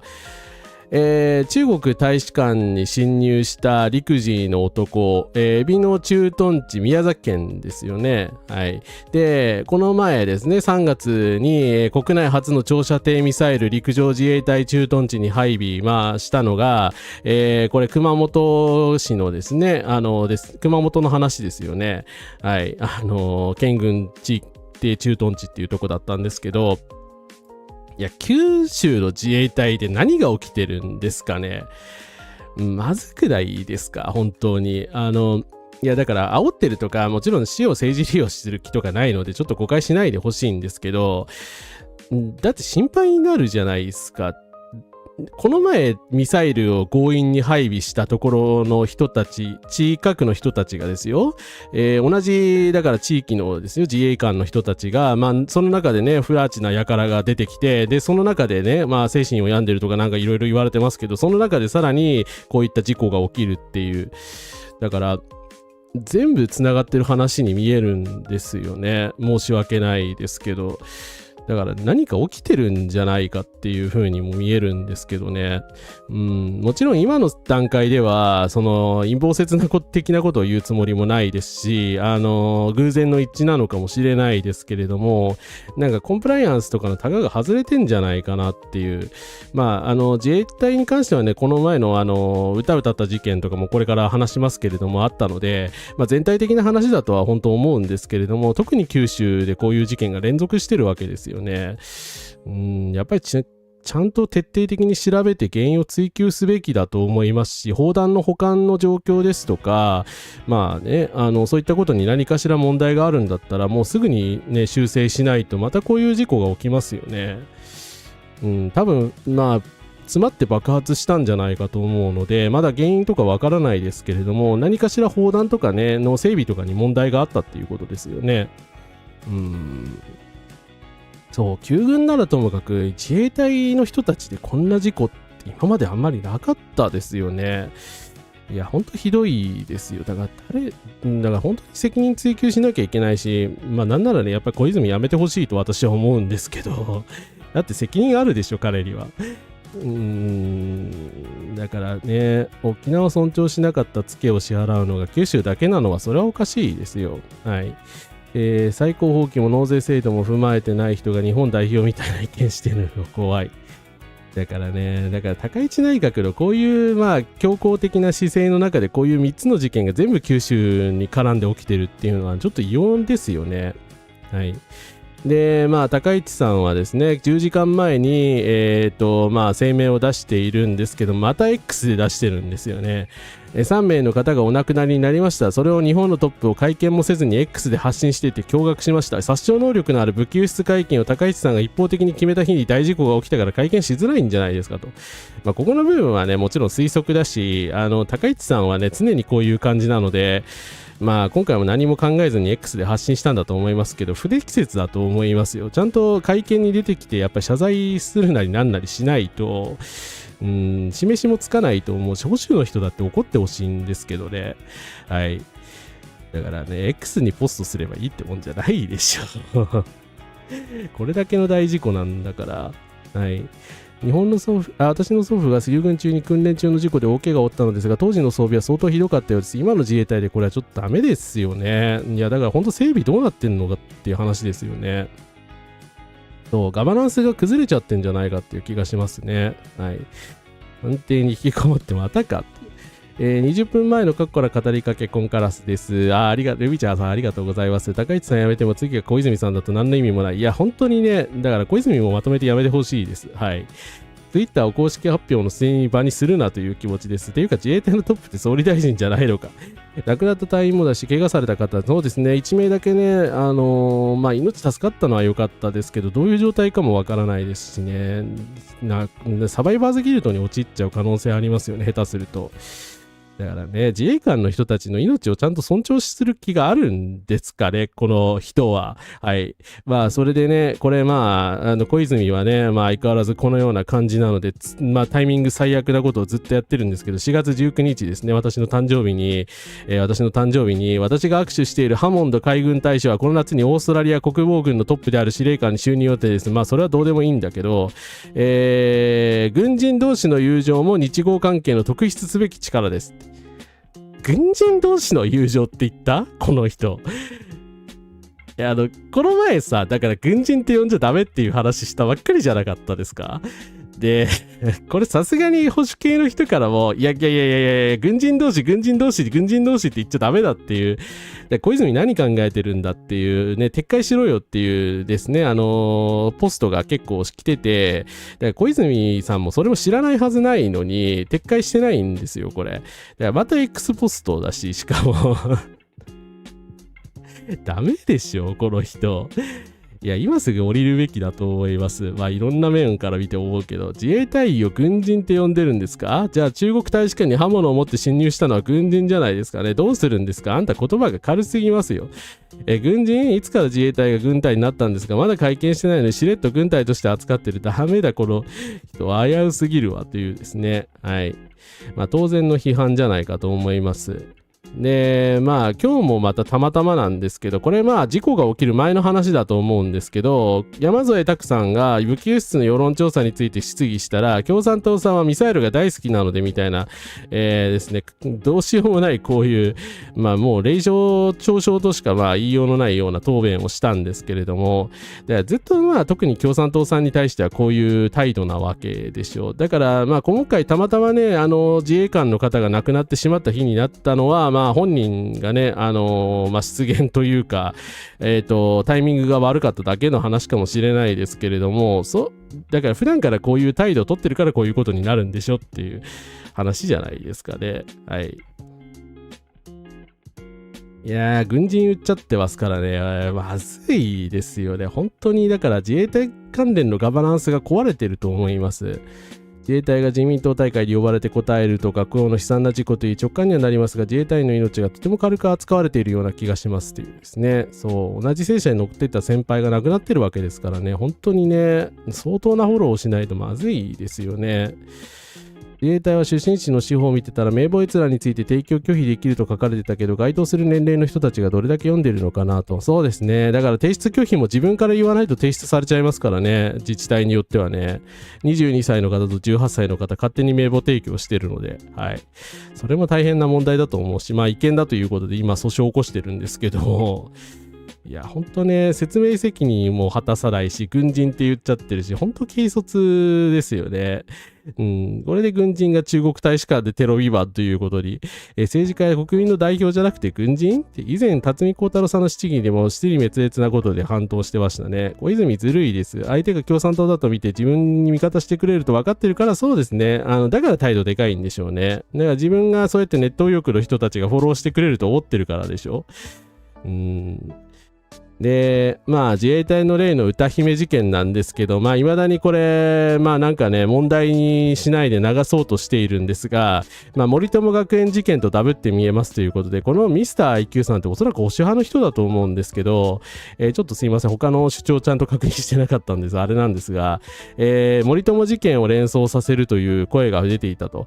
今回も小泉進次郎の、無理筋な釈明が当時の安倍筋と重なるほか、詩人の津組三等陸曹が勝手に自民党の、イベントに出てですね、君が代を熱唱したということにされているんですけれども、一応今はまだ津組さんクビになっていないですし、トカゲの尻尾切りみたいなことをされるのではないかと言われておりますが、ですね、自衛隊のガバナンスがやっぱ崩壊しているのではないかという内容になってます。で、津組軍曹陸曹と森友学園が同じ会場にいたことがあると。当時のですね、2015年の防災フェスにおけるステージイベントの午前のプログラムには、当時一等陸士だった津組さんと、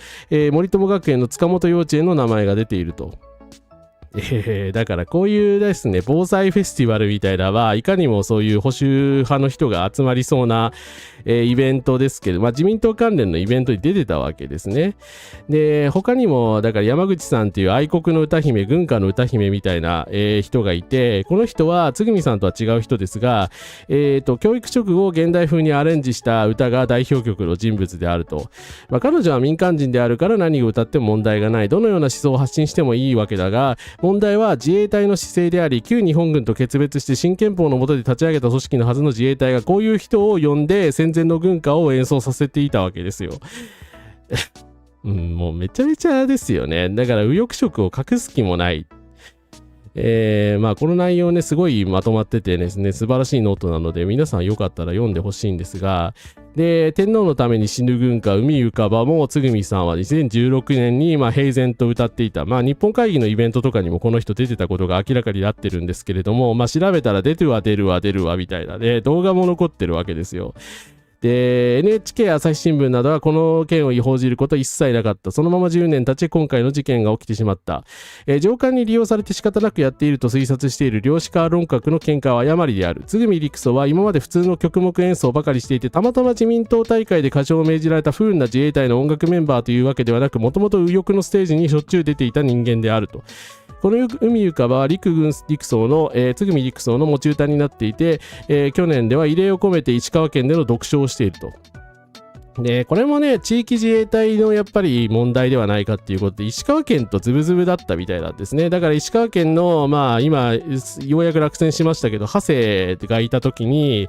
ですね、いろんなことをやりまくっていたと。海上自衛隊公式アカウントによる歴史2013年11月号に掲載された海事の歌姫こと当時三宅さんという方もいるんですけれども、なんかいっぱいいるんだよな。安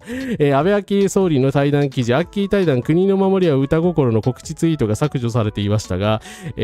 こういうところで安倍昭恵さんと共演している人もいたし、陸上自衛隊に限らず海上自衛隊も政治宗教と自分の活動の分別がついておらず、負担は近寄らないはずの右翼的空間と一体性を帯びているのが安倍政治以降の流れであるということでね、もう自民党とその軍隊であるねと彼らが主張しているところの自衛隊のもうズブズブぶりがもう歯止めの効かないところに行っちゃってたみたいなんですね。大東は聖戦祭みたいなのにもこれはさすがに自衛隊は関わってないみたいだけど、これね金沢で主催されてるそうなんですけれども、平成23年にね。だからこういうね、いろんな情報がたくさん出れば出るほど、長谷博さんがつぐみさんを観光大使にしてたことも明らかになっていたりとか、いろいろ出てくるみたいなですね。だからこういうことをマスメディアはやっぱり点と線でつないでちゃんと報じて、自衛隊の右傾化が深刻であるとか、武田、天皇を呼んだ時にもですね、ちゃんとやっぱりバシバシ批判して、なんであんなやつを呼ぶんだみたいなことをもっと言わなきゃいけなかったと思うんですけど、私みたいな左翼しかねそんなこと言ってなかったわけで、それこうなるよねというのが、このノートの結論ですね。はい。いやー、ということでですね、軍隊大好きなのは小泉でしょうけどね、防衛大臣にしては軽率すぎるし、そうですね、軍隊で憧れてるだけのただの素人ですよね、彼はね。うわ歴史通とか名乗るなっていう。安倍昭恵さんの写真、これ敬礼してますね。よく、デメキンさんやっぱすごいよな。よくこういう写真残してるなっていうふうに思うんですけど。これ、ひどいよね。私自衛隊の味方ですって、しかも有川博が書いてるんですよ。怖っ。小泉は答弁での想定をわざと憶測と言い換えて悪意があるかのようにイメージ操作して、やってますね。2000年代にガンパレードマーチという熊本市が舞台の少年たちの兵役生活が舞台で次々に仲間たちが亡くなってしまう当時ヒットしたアニメとゲームがありましたが、本格的に現実味を帯びてきました。熊本なんだ、あれ。ガンパレは一応知ってますけど、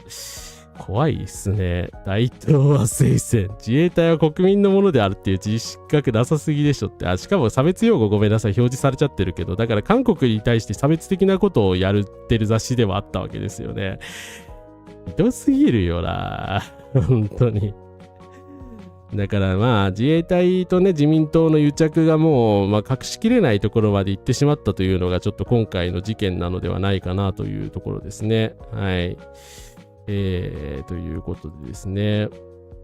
で、先ほどから言われてるんですけど、最後にまとめとしてちょっと嫌味を言っておきたいんですが、形だけで中身がないので、そういう生き方をしていた大衆には人気だよ。高市早苗さんをよく知る人間は安倍晋三を含め総じて嫌ってるんだろうなと本当は思いました。高市さんの支持率が高いのがメディアの捏造とかではなく、結局大多数があの手の人たちと同じ生き方しかしていない。強いものに媚びへつらい、弱いものは圧をかけるというですね。高市早苗さんも小野田公美さんも小泉さんもそうですけれども、大臣として公務に当たるというよりも支持層のイメージに応えるため大臣というロールプレイをしているだけなんですよ。だから社会で喫緊の課題よりも自分たちのイメージの国家に近づけるための法整備をアピールしている。で、基本的にそういう人たちって形式主義的で自分で語りたい信念みたいなものって何もないから、やることを気に入らない相手にはパワハラするんですよ。私がね、やられてきた相手とかもね、みんなこんな感じだったので、よくわかるし、割とこれね、人格否定だけじゃなくて、割と納得いくんですけれども、はい。だからやっぱり日本にね、こういう権威主義的なね、自分の主義主張とか信念がない、民主的な信念みたいなのがない人たちが、それだけ増えてるっていうところが、社会全体の問題なんじゃないかなと思います。はい。ということで、小泉防衛大臣と自衛隊問題でした。はい。小泉さんは辞任してください。本当に早く。いや、正直、本当、高市さんよりある意味辞任してほしいと思ってます。はい。昼目のニュースでコカラスです。政治家ごっこは本当やめてほしいですよね。本当政治家のコスプレですよね。ただのね。いや、コスプレやる人が悪いんじゃないんだけどさ、ごめんなさい。半世紀以上も自民党政権なんだから日本社会の国民性も含めたあらゆるシステムが自民党支配によくできていても何の問題もない。そうですね。だから結局自民党というのが権威化しすぎてて、だから権威に従うことが正しいみたいに、割とそこの30年そんな感じじゃないですか。一応民主党政権になったけども。はい。だからやっぱりそういう考えの人が増えちゃってるんだろうなと思います。アグゴルプレックスさん、コンカラスです。来ていただいてありがとうございます。その辺はね、投与問題のところでもちょっとお話ししようかなと思いますが、はい。ということで、最後にちょっと石油問題を話そうと思うのですが、本当だからいっぱいあるでしょ。なんか本当いっぱいあるんですが、ちょっとお水を合わせてください。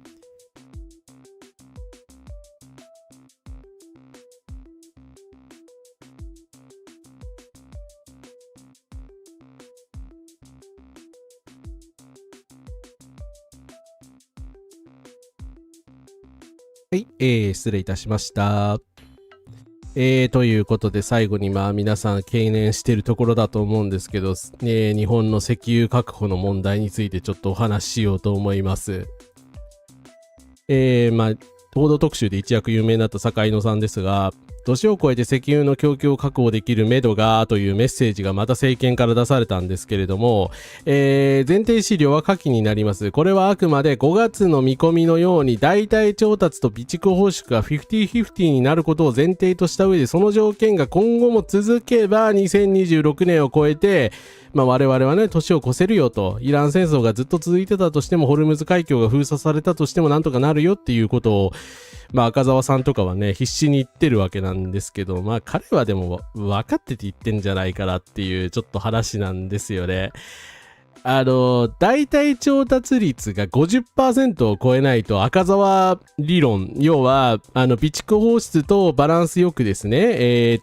油を使っていくことによりなんとか来年まで持つよっていう理屈が成立しなくなるって坂井戸さん暴いちゃってるんですよ、これで。もちろんね、一番左の点線グラフとかはね、極めて悲観的な想定なんですけど、仮に代替調達がない場合だと約8ヶ月後にですね、積むんですね。だから4月1日を起算日としてらっしゃるので、今の状況だったら10月ぐらいまではね、最悪ケースでもギリギリ持つのかなという感じなんですけど、それもね、ナフサとかの関連商品が持つかどうかは分かんないところですし、やっぱり12月にはですね、すべての在庫が尽きるということで、年を越せない我々はという話になりますね。北海道はね、本当投資者とかが出るかねないので、全くシャレにならないですね。だから今やっぱり高市さんを批判してちゃんと下ろしておかないと、イランと交渉してですね、なんとかしてホルムズ海峡を通してもらわなきゃいけないし、多分トランプはね、先ほど最初の冒頭の方で説明したような、状況なので、おそらく5月ぐらいには逃げるんじゃないかという気がするので、もう無理やりでもやっぱり通るしかないと思うんですね。はい。でないと、坂井野さんが予言したようにね、6月で最悪、いろんなものが積み始めるっていう可能性だってあるわけですけれども、はい。なので、やっぱり危機感を持ってもっと対応してほしいと思うんですが、なんかね、高市さんは年を超えて目処をついたみたいなことしか言わないので、どうなんですかね、その根拠資料あるんですかというふうに突っ込みされてます。はい。例えばサウジから何万リットル、UAE から何万リットル、アメリカから何万、中東から何万、中南米から何万、その他から何万っていうことを継続確保の確約が取れましたので、当面は大丈夫なのでご心配くださいという、こういうメッセージを出せばですね、それはね、我々だって、左翼だってね、そんな突っ込めないし、ね、なるほどね、なんとかなるんだなっていう風に納得感はあると思うんですけど、そういった話が一切、7日のですね、高市さんのポストから出てこないので、マジやばいですね、という感じですね。いや、ほんといっぱいね、いろんなことが同時に起きすぎですね。はい。さらにですね、ちょっとごめんなさい。順番が間違ったかな。先日ですね、ホルムズ海峡の状況におけるオンライン会議に主要国のトップリーダーの皆さんが出席したんですが、高市さんがいなかったんですよ。で、その時になんで高市さんがいないんだ、韓国のイ・ジェミョン大統領の上にいるこの NSA っていうのは誰なんだということで、結構バズった投稿がいくつかあったんですけども、これはですね、実は、ある意味、重要人物が出場してて、高市さんの外交政策に大きな影響力を持つとされる国家安全保障会議 NSC 担当の内閣官房参議である糸川さんという方が出ていたと。彼が閣僚ではないにもかかわらず閣僚並みの権力を持っていると主張されており、内閣官房参与は説明責任の義務すら負わないにもかかわらず外務大臣に匹敵する権限を振るっていると。あれ？国家安全保障会議ってさっきどっかで出てきてますよね。はい、復習。はい、これですね。政府は21日の閣議と国家安全保障会議 NSC で防衛装備移転三原則の撤廃をしたということで、NSC というのはだから防衛移転原則とかのですね、改定とかを、管理している機関なわけですね。だからそこのトップがなぜか、ですね、ホルムズ海峡の状況に関する、世界会議になぜかですね、ごめんなさい、市川さんって糸川さんどっちが正しいんだろうちょっとごめんなさい。ちょっと表記揺れがジェフリー・ホールさんのコメントにはあるけれども、ですね、出ていると。で、高市さんの代わりにということでですね、でも逆にちょっと恐ろしいですよね。だから、彼が閣僚並みの権限を今、振るっている可能性があって、だから高市さんの重要な、だから、なんていうの、ですね、右腕みたいな存在になっている可能性があるわけです。だからそれはいろんな意味でやばいですよね。だって武器輸出に関する決定をした人なんですよ。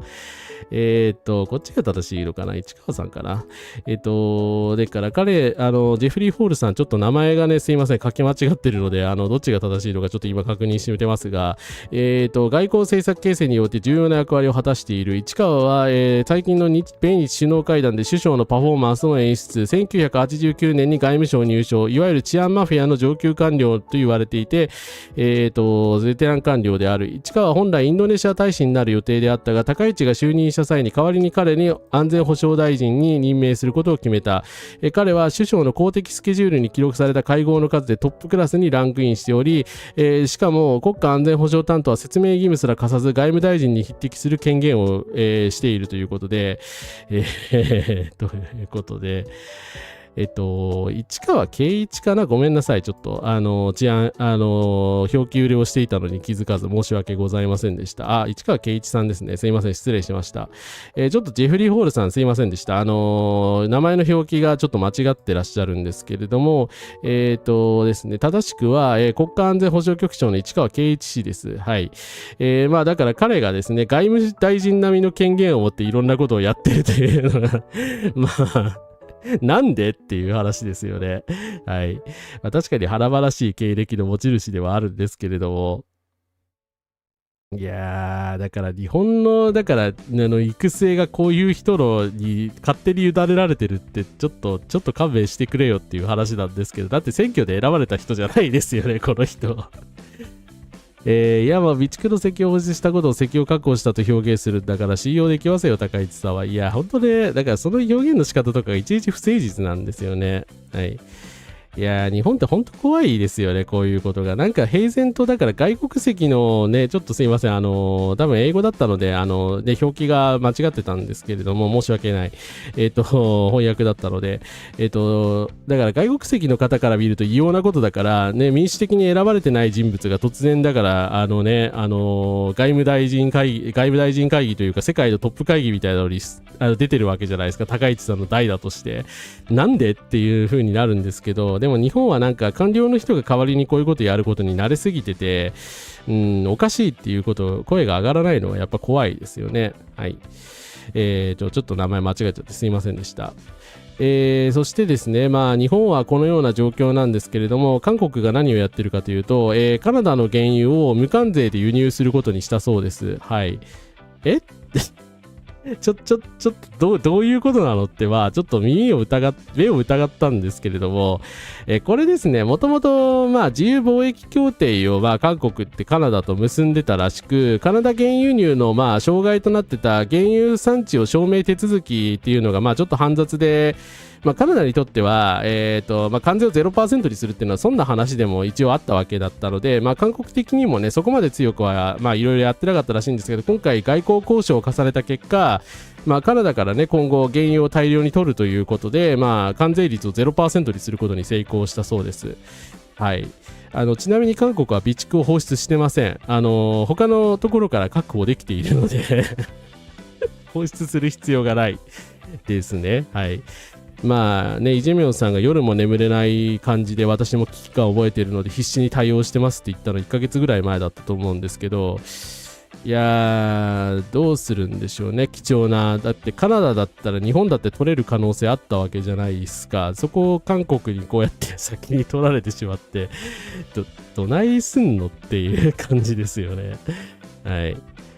まあ、高市さんがね、ほんとね、市川さんみたいな人をね、勝手に代打にしてるの、ほんと良くないですよね。カナダの原油には重油が多く含まれるそうなので、アメリカ産よりもいい。ああ、そうなんだ。それはいいですね。中東産の原油って重質なんですよ。だから重いので、アメリカの原油ってね、軽質なので、あまり日本と合わないんですよね。だからアメリカからいくら輸入しても無駄だみたいなことも言われてたんですけど、カナダの原油は重質なんですね。いいですね。はい。いいですね。これで高市さんと同じ支持率なのバグでしょ。いや、ほんとイ・ジェミョンさん報われないよね。納得してないと思いますよ、彼。いや、俺 60% とか 70% ぐらいなんだけどなーって。不思議だね、隣はっていうね。東南アジアから融通するのほんと無理ですよ。だってインドネシアとかフィリピンなんてもう暴動が起きるレベルになってますからね。はい。で、まあ、ロイターの木原さんが、またこの方結構ね、いろんな記事出してすごいんですけど、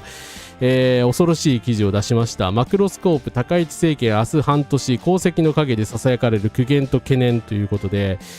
日本の記者さんがですね、ロイターからやっぱり外信からこういうのを出さざるを得ないっていうのが、まあ、今の日本の全てを表している感じなんですけども、まあ、ロイター曰く支持率は 66% であるということで、毎日と、富士の中間的な予想ですね。まあ、これぐらいは確かにあっても不思議ではないと思います。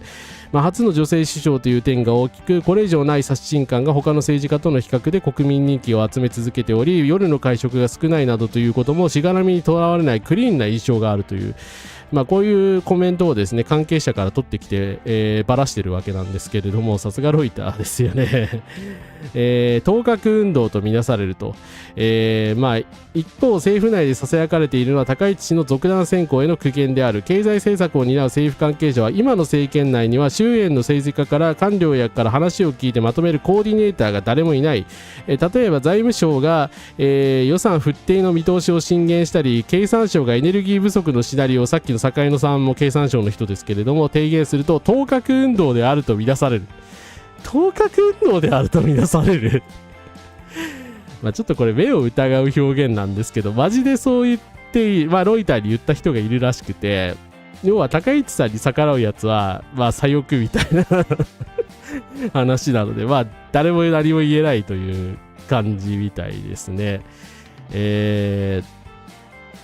そして恐ろしいのは最後のコメント、国民への節約要請も補正予算の編成シーズンも高市氏はまだしていない。予算の枯渇が目の前に見えてきて初めて最後の判断が下ると思うので、それを待つしかない。仮にそれで判断が遅くなったとしても仕方がないことだ。高市氏を選んだのは国民であり、それが民主主義というものだから。それは民主主義じゃないそれは民主主義じゃないよ。ノータイムで突っ込んでしまいましたけど、自民党関係者の人のコメントですから、これがロイターのコメントということではありませんよ。当たり前ですけど、民主主義というものを間違ってる。で、選挙で選ばれたら何をした方がいいっていうのは民主主義じゃないです。独裁ですよ。プーチンと変わらないじゃないですか、それじゃあ。だから、散々そのこと、だからデモに反対する人とかにも散々それを説明してるのに、自民党の人からしてやっぱりこういう考えだから、こうなってるんじゃないですかね。はい。いやー、でも恐ろしいですね。だから高市さんは、下手するとずっと、官邸に引きこもってですね、何も判断しない、何も指示しないっていう状態に陥る可能性があり、そうなると、我々の医療資源とかが不定して予算がなくなって、もう備蓄もなくなって、もうどうするんですか日本みたいな状況になった時に初めて辞任しますって言って辞任して突然小泉首相誕生みたいな、展開になるのが最悪だと思うんですけど、いやー、日本のマスコミはこれロイターのやつ全部流してほしいですね、全員で。はい。これを読み上げるだけでもいいですよ。ほんとメディアの人ちゃんとしてください。マジで。はい。ですね。支持率の理由は地域に1件しかなくて1メニューしかない定食屋の理屈です。自民党はもちろん野党にも期待できる人物がいないという、絶望感が広がってるんでしょうね。こんな首相が、人間が首相を務める内閣がスパイ防止法やら国家情報局やらもろくろんでるんかい。当確運動ってこのありさは決定古代中国王朝の孤児にあるやつやん。いやー、本当ね、政府のでも動きのなさを考えると納得いってしまうんですよね。ロイターは絶対嘘は書かない、裏取りのできないことは書かないので、はい。私、高市さん選んでないもんっていうね。身勝手すぎでしょって、本当に。選んだ国民が悪いって、そう、ヒトラーの理屈ですよね。はい。モフモさんだっけ名前忘れた、モヘモヘか。で、東洋の人たちはね、だから選挙で選んだんだから仕方ねえだろみたいなことはずっと言い続けてるんですけどね、あなたねって自分の人生が、自分の生活とかがどうなってもいいんですかっていうふうに言いたいですけどね。高市政権財務省が予算不定の見通しを進言したり、経産省がエネルギー不足のシナリオを提示したりすると当確運動と見出されると、こんな状況で重大で緊急の報告が官邸に上がってくるわけがない。こんな忖度報告をもとに大本営発表を出しているわけか。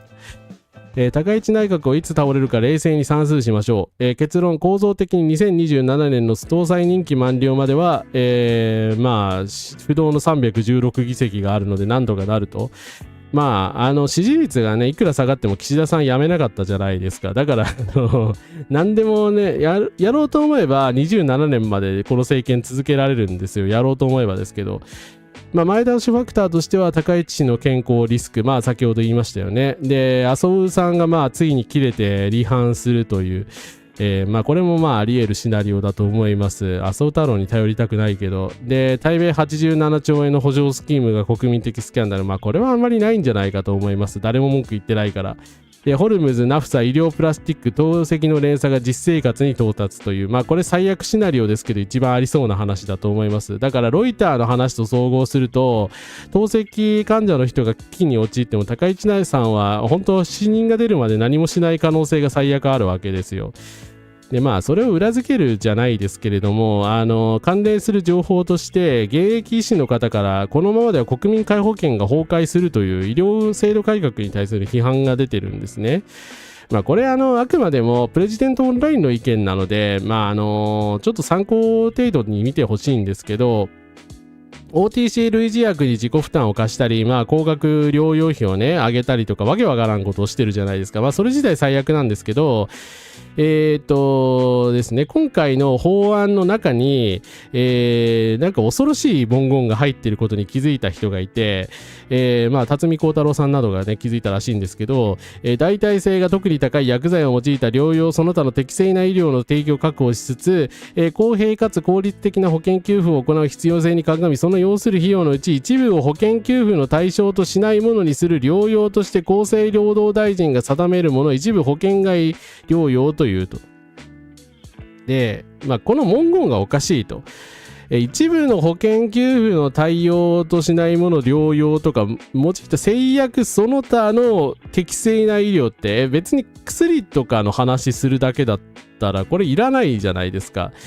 要するにこれだから混合診療化することによって公的保険でカバーできない領域を増やそうとしてんじゃないかと。で、公的保険でカバーできないんだったら自己防衛するしかない。高額療養費もそういう話だと思いますけれども、加入する人が民間保険にですね入る人が増えると医療保険業界は得しますよね。はい。で、経済力の差が命と健康に直接結びつき、こうした国家の根幹とこの国に生きるすべての人と健康に直接影響を及ぼす法案になる可能性があると、いうことで、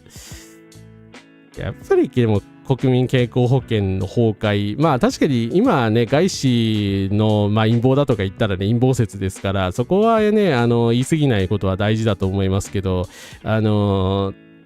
やっぱり国民健康保険が邪魔なんじゃないのかっていうふうに思いますよね。こういう情報を見てしまうと。だから医療に関してだからお金払えない人はくたばってくださいみたいなことを本気で考えてる可能性があるんじゃないかというですね、恐ろしい感じのちょっとそこまでさすがに願ってるわけではないと信じたいところだけど信用できないというちょっと、陥ってるわけですが、だからなんでね医療危機だっていう風にドクターパパさんとかがねいっぱい皆さんが言ってるのになんで何もしないのっていうのはでもって思っちゃいますよね。はい。多数決民主主義という考えが定着しているのは完全に教育の失敗ですね。いや全くその通りですね。民主主義を何も理解してないと思います。はい。自民党に入れるの嫌でいつも共産党に入れてるのになっていう多数派が正しいっていう論理がしんどい。なぜ麻生太郎の一存で政治が決まってしまうのか。ありさまなんだ。順調に輸入してきたとしても中東なしじゃ7月頃にはナフサがなくなるのではないかというですね 40% 程度か、試算ありがとうございます。だから国民皆保険はね維新は絶対楽したいと内心考えてるような気がするんですよね。だからなんでナフサ医療プラスチックが危機的状況だって言ってるのにこれだけ言ってるのになんで動かないのっていう話なんですよね。去年2位のマイナンバーカードに保険証の機能を持たせる事件で皆保険って事実上廃止になってませんか。そうですね。そういう批判ももちろんされてるし、マイナンバーカードに完全移行はしてないですけど、完全移行した場合5年更新になるんで、更新できない人は、要は皆保険の対象にならないっていうことなんし、マイナンバーカード作れない人はね、当然皆保険に入れないので、はい。ですね。だから事実上廃止みたいな感じになっちゃったわけですよね。障害者福祉での締め付けもまだ続いてますからね。人権保障はしたくないのが自民党の本音でしょうね。で、まあ、それをさらに裏付ける情報、国内最大級の保険会社のデータがパランティアに渡ってます。損保ホールディングス、損保ジャパン、介護施設300カ所で、その保険料がですね、まあ、これもだからパランティアが直接何かしらのデータを利用しているという証拠はないので、まあ、今はね、懸念段階だというところは割り引いてみるべきだと思うんですけど、パランティアジャパンは損保ホールディングスを導入しているので、はい、すでに、陰謀論でも何でもなく、損保がですね、パランティアに情報を渡しているのは確実です。で、AI でまあ情報管理してるわけですね。で、そのデータの収集のための道具だと、まあ、桜田当時 GEO は言い切っており、その精密機械として選ばれたのがパランティアであり、パランティア本社に540億ドルを拠出。で、さらに108億円の日本法人を設立したということでですね、保険引き受けはパランティアの AI が保険料を算定して今決めてるそうです。はい。いやー、まあ、これとね、情報を組み合わせたらですね、だからパランティアに我々の命がまあ、握らせること簡単にできますよね。だから、これを政府管理が何らかのその法律改正とか駆使して、政府が管理できるようにしちゃえばいいわけでしょ。なんかね、そのうち損保の人たちはすげえ儲かったらしくて、楽しくて仕方ないよみたいなことを21年に語ってたらしいんですけど、ふざけんなって感じですね。誰がパランティアと契約しろって言ったよ。損保に入ってる人だってこんなこと望んでないでしょ。っていうか、パランティアがどれだけやばい企業か分かってないんですね、本当にね。いやー、終わっている。このテックに対する無警戒さというですね。はい。維新の会は社会保障に親でも殺されているのが、いやだからこういう損保ホールディングスみたいな人たちの代弁者なんですよ、結局維新は。いやー、だから自民党もひどい、維新もひどいですけどもね、だからですねで当時から倫理的でも問題がある企業だっていうことは告発されていたので、調べりゃすぐわかるはずなんですよ。でも結局金になるからそれを選んじゃったわけでしょ。だから武器輸出解禁と同じなんですよね。堕落してるし、だから金になれば何でもいいのかっていう話だと思います。でですね、こちらちょっとびっくりしたので最後取り上げたいんですが、知り合いのとある工場で衛生面のため毎日交換されるべき手袋を2日に一度交換というお達しが出たらしく、原石金が池に大嘘ばらまいて民の生活を追い詰めているかを何度目かわからないほど思い知っており、自分たちさえ良ければいい、自分をよく見せられればいい、そんなやから政治家に据えたままでは救われる守るべき社会的弱者から殺されていくのではないかと。だから手袋、医療用手袋って毎日交換しなきゃいけないもんなんで、当然ですけども、こんなことやったら衛生面が崩壊する懸念がありますよね。はい。で、メイドインジャパンがこうして信頼を失ってきた。そして今、諸外国のみならず国内からの一部層による根拠のない信頼すらも保てなくなりつり、もう二度とメイドインジャパンという保証が得られないのでは愚かしすぎると。武器輸出もこれ問題ありますからね。だからメイドインジャパンって書いてある武器が輸出されるわけじゃないですか。だから日本のイメージが徹底的に悪化しますよね。だからそういうことを、まあこれからちょっとネット用の話、すいません、30分ぐらいで巻きでやりますけど、全然考えてないのって、頭に想定さえしないのっていうのはちょっと聞いてみたいですけどね。まあ想定しないんだろうな。はい。ということでですね、高市政権の山ほどある問題についてでした。はい。以前、地域の保健師が養成校の障害児担当の先生に障害年金の要件が厳しくなる懸念を伝えたら起きてもいないこと不安になっても仕方ないみたいなこと、いやそれはね本当現実的懸念ですからっていうことはやっぱり言っていかなきゃダメですね。確かに皆保険なくなったら年金生活や生活保護者は即命の危険にさらされます。ビッグデータと AI 活用で政府が能天気に管理できているうちはまだ良いと思いますが、どこぞの国と仲悪くなって反撃された時に恐ろしいことになる。そうですね、実質だからピーター・ティールとかの思想によればね、アメリカと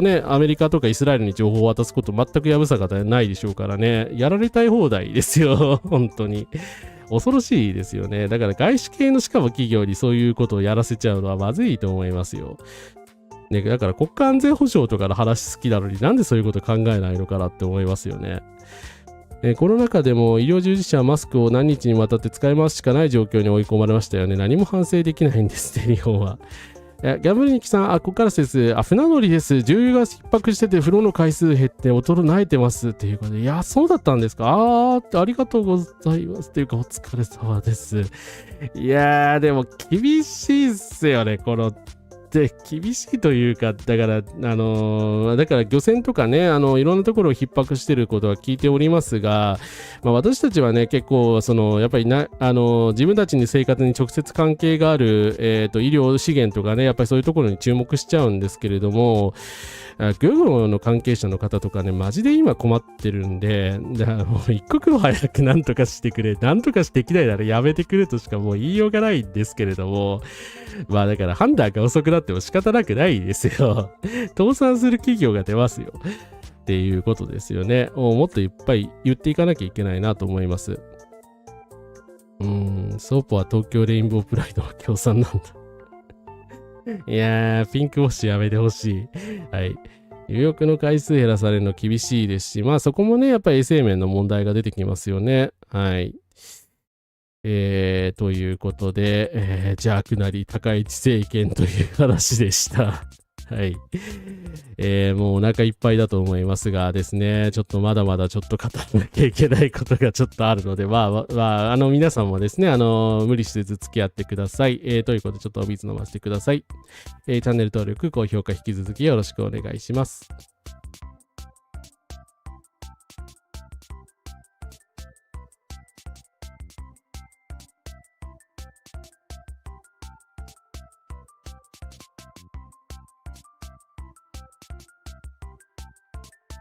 はい、ということでですね、ちょっと、大して、長く語る価値もない奴らなので、玉木でいきますが、って言ったらあれなんだけど、今の日本をですね、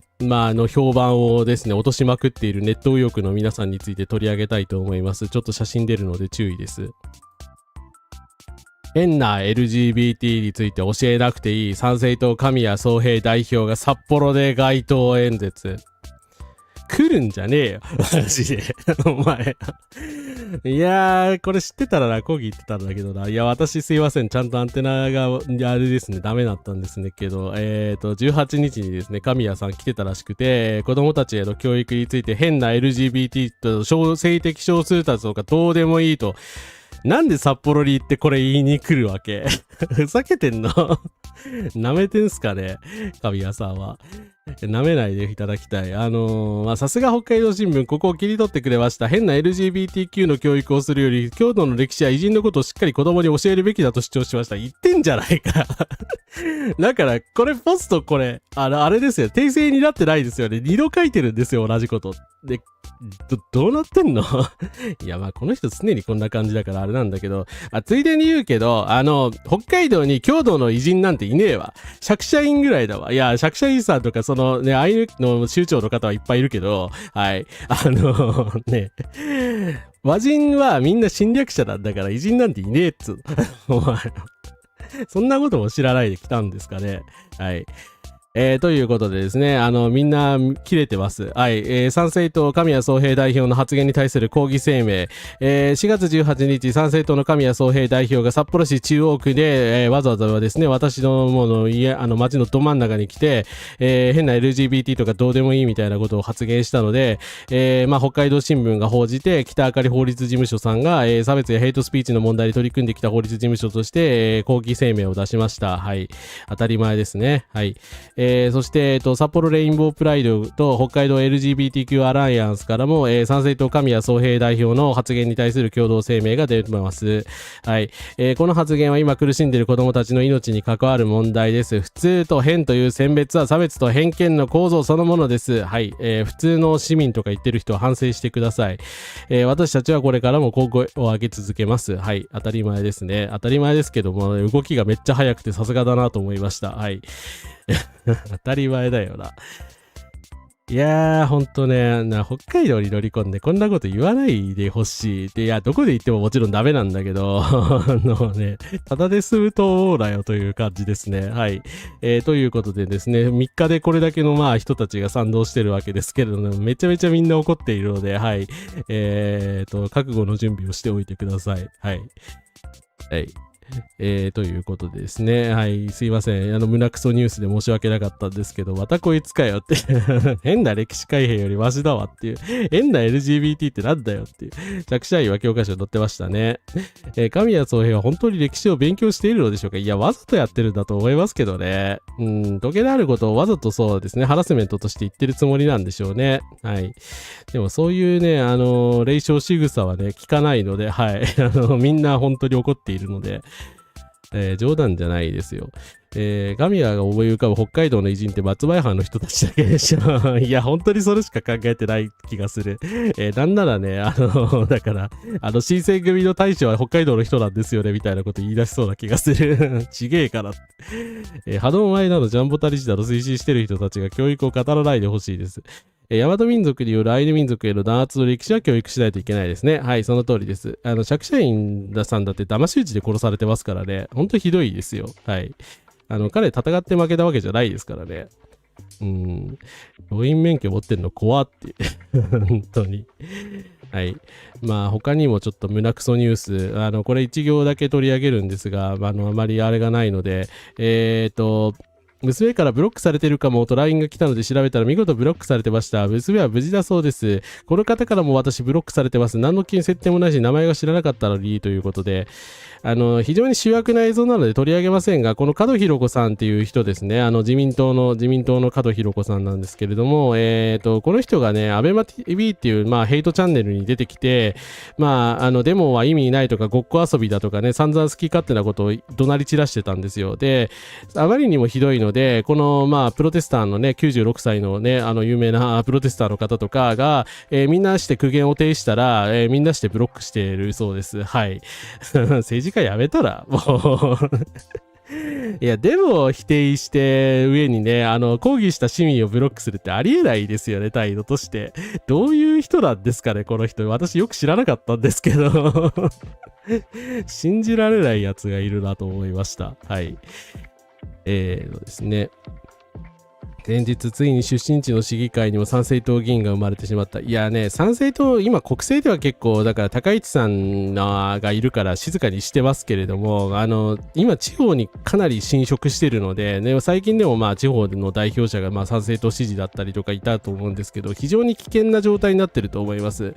普通になんかね、右の共産党ポジションを狙ってると思うので、冗談じゃないよっていう感じなんで、はい。ありとあらゆる地方にね、参政党ができる前に、なんとかしてね、ヘイトをやめさせるべきだと思います。はい。いや、この人何も分かってないですよね、本当にね。これで政治家なんだっていう。プロフェッショナルの言うことじゃないですよね。はい。デモはごっこがネトウヨミームになってしまっているというですね。外国人犯罪デマをばらまいて統制した。ああ、そうなんだ。最低なやつだな。ちょっとフォローのしようがないですね。はい。なので1行で終わらせますが、ちょっと次もちょっとネトウヨツイートなので注意なんですが、はい。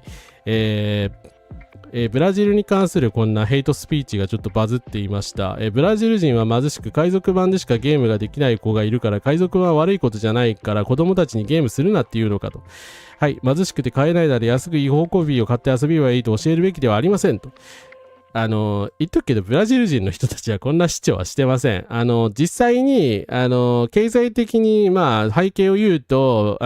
ブラジルって、今、左派政権でね、いろいろルーラ大統領頑張ってるんですけど、格差が結構激しくて、治安も悪いっていう、ちょっと、国家としてのいろいろ課題を抱えていて、その中でね、海賊版でしかゲームができない子がいらっしゃるというちょっと話がブラジルの当事者の方から出されてたんですね。だけど、その中で、その用語的な意見を見た、こういうネット右翼の人たちが、海賊版やるな、海賊版やるな、海賊版やるな、みたいなことを言いまくっているという、話でございます。はい。だから、自動翻訳機能でさ、海外に迷惑かけるの、本当にやめてほしいんですけど、これが大問題になってまして、ブラジル人の方ですね、と思われる方なんですが、こういうコメントは悲しすぎるよと、日本文化に魅了されているのに、彼らは私たちを嫌っている。私たちは、ブラジル国民は国の不平等を改善しようと努力しています。システム的な問題なのです。海賊版なんてしたくないですけど、ここでは金持ちは何でも手に入るのに、お金のない人はどうすればいいというんでしょうかと。これ切実なね、非常に嘆きだと思うんですけれども、もちろんね、ブラジルの国内問題についてとやかく言う気はないですけれども、実際左派政権を立ててですね、ボルソナーロっていうやつをね、極右のやつを追い出して、今、国を変えている最中なのだから、それを応援するしかないと思うんですけど、このなんかね、ふざけた名前のやつが、少なくとも金のないアフリカの子供、この言い方も最悪なんだけど、布のボールを作って道端で遊んでるから、身の丈に合った趣味で遊べという、このコメントがですね、556万再生されて、日本のネオナチという、ネトウヨというのがですね、世界に知られ渡ってしまいました。はい。もう最悪だね。この投稿を読んだありとあらゆる国の人が日本人の精神性と品性に幻滅していて最悪ですねと、自動翻訳のおかげで外国でも左翼が嫌われていることが分かった。エコーチェンバーでそういう投稿が流れてきてるだけとか言っててはしゃいでたのから1ヶ月ぐらいしか経っていないのに、左翼と外国人が大嫌いな自称普通の日本人、普通の日本人ですよねのせいで日本人全体が今嫌われつつあるということで、大変ね、ブラジルの方から、日本の人たちってひどいねって、レイシストなんだねっていうのでですね、絶望のコメントがですね、大量に寄せられてるという。もう勘弁してほしいですね。迷惑にも程がある。で、こいつのプロフ最悪なんですよ。ゲイで黒人でユダヤ教徒ですみたいな。だからこれもね、ずっと批判されてるみたいなんですけど、アカウント消してほしい。申し訳ないけど。っていうか、よくこれだけ批判されてよく残してるなと思いますよね。はい。私だったらアカウント消して逃亡するけどな。はい。っていうことでですね。こういう日本のネオナチの存在が知れ渡ってしまいました。はい。デモは良くてもダメなスタイルの議員、デモは良くてもデモはダメなスタイルの議員はまずいですね。いや、本当は言うね、政治家からしてネット右翼だから、こういう市民がいっぱいいるんでしょうけど、はい。貧しいイコール違法なことをするみたいな偏見をばらまくのはやめてください。貧しいことは罪じゃないし、恥を輸出しないでほしい。戦中は日本人も海賊版みたいなものを楽しんでたでしょって。世界の中心で咲き起こるネット右翼は恥ずかしすぎる。いやー、ほんとね、日本のレイシス文化がですね、ブラジルの人たちに完全に知れ渡っちゃいましたからね、最悪ですよね。県のアベマデモの主催者でも何でもない中華側の人を呼んでデモの手術とか問い詰めた結婚のデモをごっこ遊びなんですね。そうなんですよね。はい。だから門ひろ子さん、だからデモと何の関係もない。関係ないっつったら言い過ぎかもしれんけど、私は別にデモに来るな、中華側来るなとは言いませんよ。で、連帯してほしいし、連帯できるなら連帯してほしいし、それはね、別にいいですけど、だから、ごく一部の人を取り上げて非難するのやめてほしいですし、それはアベマが悪いですよね。いや、なんか官民軍みんな堕落してますよね、この調子だと。本当ね、日本って最低な国だなっていう、いろんな情報を総合するとそういう風に見えるじゃないですか。もう、最悪ですよね。こういう時にやっぱペンライトデモの映像だけがね、フォローになってますからね。海賊版に関しては日本の出版社や音楽レベルの対応も悪かったのも大きい。そうですね。だからそもそもね、著作権の対応をちゃんとしてないからなんですよ。AI の問題は全部そうじゃないですか。ちゃんと知財の対応してないからこうなることになるってんであって、日本も悪いんですよね。一方的な被害者ということではないと思います。はい。ということでですね。他にもベトナムの人たちにもそういうヘイトをする人たちがいるみたいなんですが、ベトナムの方からフォローが入ってます。ベトナムでは1992年、ハノイのキムドン社がドラえもんを出版し、書店に行列ができるほどの大ヒットになりました。しかしこれは小学館と契約のないままのいわゆる海賊版でした。部数は1000万部に達したとされます。1999年半ば、小学館とキムドン社の交渉により過去分の著作権料を支払うことで正規契約を結ぶことで合意がまとまりかけました。ところが、藤子 F 不二雄先生はそのお金はベトナムの子供たちに使ってほしいと辞退しました。その著作権料を原資とし、ドラえもん教育支援基金が設立され、1996年、先生ご自身がベトナムを訪れて超人式に臨みましたが、これが先生の最後の海外渡航となりました。基金はその後、貧困や少数民族の子供への奨学金として活用され、今も続くビジネスとしての解決を超えた文化交流の原点になっております。ドラえもんの全てが正しいとは思わないし、いじめの描写とかね、性差別の描写とか結構ひどいですし、問題のない作品だとは思わないんですけど、いや、でもやっぱりね、私が尊敬する、藤本先生はこういう方なんですよ。自分の損得みたいなの感情にないんですよ。手塚先生もそうですけどね。でこういう人の遺産で我々食ってるっていうことの自覚がなさすぎじゃないですかね。だからこういう方々がこういうねもう善行としか言いようのないことをやってくださって、自分のね利益を全部捨て去ってでもやってくれたから日本のイメージ、対外イメージってすごく良かったんですよ。それはいいじゃないですかね。こんなことしてくれた人がいるんだからね。だからネット医療の人たちってそういうのを全て既存してるんですよね。本当オタクとしても何か人間としても恥ずかしいとしか日本人としてもってあえて言うけど恥ずかしいとしか言いようがないなと思います。はい。ということでですね。ネトウヨの気持ちよく差別してたツケを日本のユーザー全員で取らされるのきつい。いや、きついですけどね、本当。でも本当ここでね、奴らを止めないと、ね、藤本先生とかがやってきたことが台無しにされてしまうので、良くないですよね。やっぱり頑張って批判しなきゃいけないですね。日本で流行ってるパペットスンスンってセサミストリートの客取ってるんでしょうか。でも日本も探せば海賊版的なものきっといっぱいいますよね。アベマに出てるメンツビでは大体どういう番組かはさせますよね。はい。いやー、確かに私もね、前から聞いて一応知ってたけどね、今回思い出しましたね。あ、そうだよなって。藤本先生ってこういうことやってたよなっていう。だからね、自分が子供の頃から大好きだったものがこうやって肯定されるのは嬉しい反面、でも今こういうことする人いないよなっていうちょっと気持ちにもなるんですけどね。キム同社はちなみにその後日本のコンテンツをリスペクトを持って出版し続けている最大手クラスの出版社に成長しているそうでございます。はい、ベトナム版ドラえもんかわいいですね。ということですね。いうことでですね、ただ日本はね、こういうだから過去の遺産があるから今頑張って食っていけるけどね、本当そういうのを武器とか輸出しちゃうとですね、全部台無しにしてしまう可能性というのもちょっとでもいいから考えてほしいなと思いますね。そしてロシアの方から言われてるんですけど、日本のアニメ漫画ファンたちの海賊版をめぐる議論を見たが、僕のアニメーター1年目の年収はこちらだということで、1年目の年収が72万9000円の方がいらっしゃったんですけど、だから労働組合を作れよ、君の敵は海の向こうの海賊じゃなくて君のボツたちだということで、この方ロシア系の方らしいんですけれども、それは国外から書いてらっしゃるのかな。で、それは言われるよね。はい。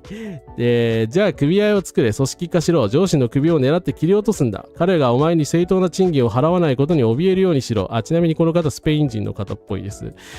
として手を下すんだ。十分に支払われなかったら彼らのストライキの叫び声に我々も加われ。お前の敵は海の向こうのファンではなく、お前の上司たちなんだと。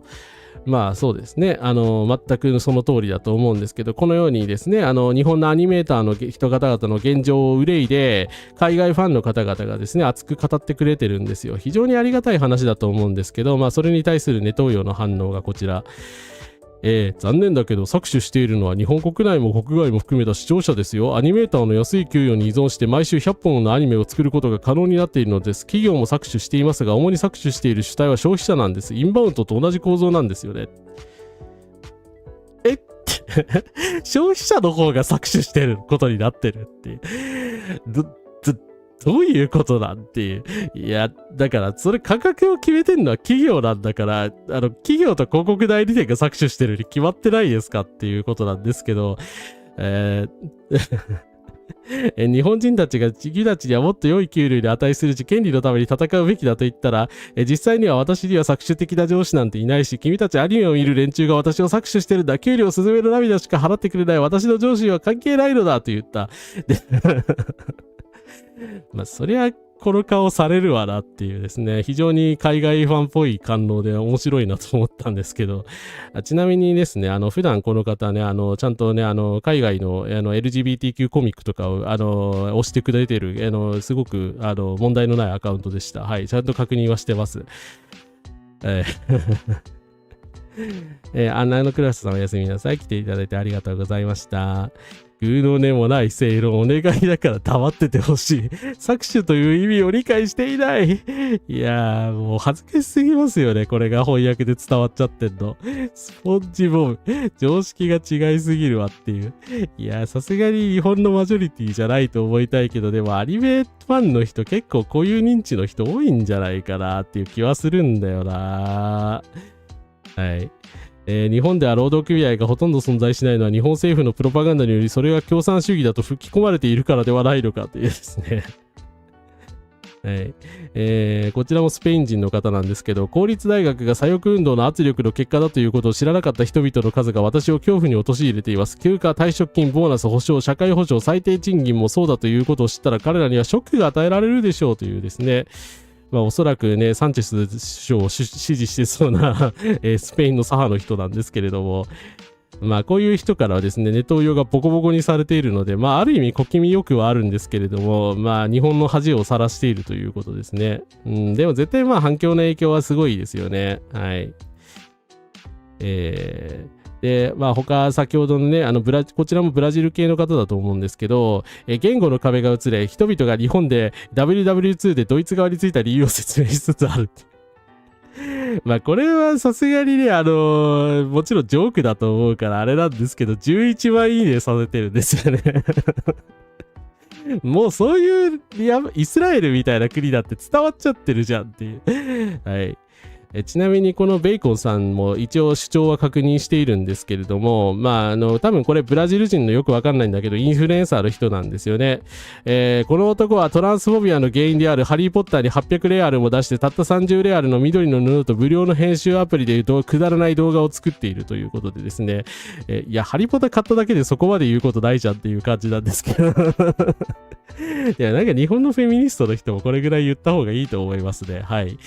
ハリポタはトランスフォビアの原子になっているので、皆さん考えましょう。はい。ということで、こういうね、海外のね、ちゃんとちゃんとトランス差別とかに反対してくれてるフェミニストの人からこういうことを言われてしまってるというのがですね、人種差別主義者の発言じゃないんですよ。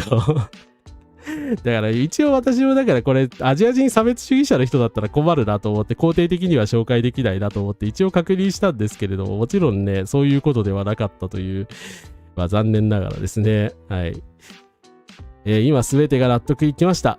私は日本たちのボルソナロ支持者、ブラジルのね恐ろしい極右のトランプ支持者がいたんですけども、ボルソナリスタと戦っていたんだ。私の投稿が今普通の日本人たちに届いてたくさんの人たちがこれを説明してくれた。私が理解したところによると彼らにはネトウヨという呼び名があるんだ。知られてしまったよ。いやー、まあ、その通りですね。全く、理解に間違いがないので、まあ、これがね、39万ほど、バイラルしているんですけど、まあ、なんか世界の人々に完全になんかブラジルのそのアニメファンの人たちはもう、とかスペインのアニメファンの人たちは知ってしまったのだなという感じがいたします。まあ、あとで、普段ね、アラビア語で、ですね、動物ツイートなどをしてる方なんですけれども、この方、本当にね、調べたんですけど、政治系の話、パレスチナはね、解放しようぐらいしか言ってなくて、もちろんそれはね、正義なんですが、まあ、結構インフルエンサーの方、49万人フォロワーがいる方なんですけど、ツイートの自動翻訳機能のおかげで、日本人の人種差別が私が想像していたよりもはるかに深刻だということが分かりました。一般的なもので、ほぼ全ての国を包括していますが、アメリカを除いており、彼らにとって最も嫌われる国であるはずのアメリカを称賛するのは非常に奇妙に体験です。もう何も言えんわっていう。まあ確かに中東系の方から見るとね、こいつらおかしいよってなるよね。なるじゃないですか。なんでって、日本の人たちってアメリカ人が一番嫌いなんじゃないのって、レイシストの人たちだったら、まあレイシズムはもちろん良くないとしても、アメリカ人はね、打活のごとく嫌ってるはずだよねっていう風に、まあ中東の方はね、まあ理解されたんですけど、なんか非常に奇妙なねってね、どうよってどういう人たちなんだろうみたいな。いやー、私も知りたい。彼らの認識構造はどうなっているんだろうか。ということでですね、ナショナリストなのにアメリカに媚びている意味不明な人たちだということまで分かってしまったわけですね。はい。鬼滅のアニメ作った会社だって経営苦しくて次年度のために現金隠してんのバレて追徴課税食らうぐらいなんです。1年で儲けた分全部払えて税制が何か間違ってますねというですね。だからまあ税制の問題とかもやっぱありますよね。はい。世界デビューおめでとう。ネット運用が輸出された。そうですね。一応だから、さっきの方はね、人種差別主義者とかね、トランスヘイターだったら困るのでね、主張を全部確認したんですけれどもですね、ハリー・ポッターはトランスフォービアだから買うなみたいなことまで言う人だったとはっていう。まあ、ブラジルにはやっぱり結構こういうフェミニストの方多いんでしょうね。はい。腹切り、過労死、ネット運用。利益は生産集団での再投資と株主への分配に使われて、労働者にはまともな利益が還元されてないんですよね。そうですね。だからアニメ界のやっぱ構造的問題ですよね。はい。日本人は世界で愛されているはずなんだってどんどんその幻想が崩壊しているな。いや、ほんとネトウヨそのうち辞書に載ると思いますよ。ただですね、最近だからこういうね、海外のですね、面白左派の人たちとちゃんと連帯したいなという気持ちはあるんですけど、さっきのロシア系の人たちが警告してるんですが、騙されないでくれ。RT はひどいプロパガンダのゴミ捨て場だ。彼らは自分たちが優しいふりをしているけど、ロシア語圏のセグメントに憎しみをリツイートしている。彼らは抑圧を隠し、差別を隠し、ロシアが独裁国家であることを隠し、侵略戦争、防衛戦争だと言っているという。ロシアの RT がですね、このように自動翻訳機能で我々は結ばれたみたいな、ことを言っているんですけども、で、このアニメっぽい画像を使うとこもまたすごいずるいというか怖いですよね。で、本当ね、RT とかは気をつけてくださいね。ガチなので、ロシアトゥデイっていうロシアのプロパガンダ系アカウントなので、はい。平然とね、だから、ウクライナに対する差別情報とか、そういったね、プーチン称賛とかをね、さりげなく流してくるので、フォローしてはいけないと思います。はい。ただね、こういうプロパガンダも洗練されててね、上手なのでね、結構引っかかってる人が見るんですけれども、基本的にね、邪悪なので、はい。反米だからといってですね、やっぱ RT とか、スプートニクとかをね、リツイートしてしまったら参政党になってしまうので、はい。そこは本当気をつけましょう。はい。実際日本の差別がひどいという認識が日本人にはほとんどないのかというですね。日本人内戦の国内外での性犯罪も世界中にそう拡散されてるんですね。それはそれでね、トランスヘイターの人たちとかも結構乗っかってるので、そこもちょっと注意ですかね。いや、差別主義者に本当愛されてますよね、日本。本当に。この絵はレーニンって言うんですね。はい。最後、ネトウヨが生きり散らしていろんな国に差別的なことに言いまくってるせいで、世界でどんどん反日の人間が増えていってて笑うしかありません。自らの振る舞いで日本の敵を生み出して、最終的には鎖国したい。本気で日本の弱体化を望んでるやん。さすがネトウヨ。愛国者を気取りながら大事なのは自分の差別心だけだということですね。はい。そんな感じでしょうね。はい。ネット右翼の人はこれ以上日本の評判を下げるのをやめていただきたいなと思います。はい。切実にお願いします。はい。ということで、日本の右翼の、ネット右翼の人たちの、お話でした。はい。最悪、いろいろね、本当うんざりすることばかりだったと思いますので、最後はですね、プロテストの話をして終わりにしたいと思うんですが、ちょっとお水を飲ませてください。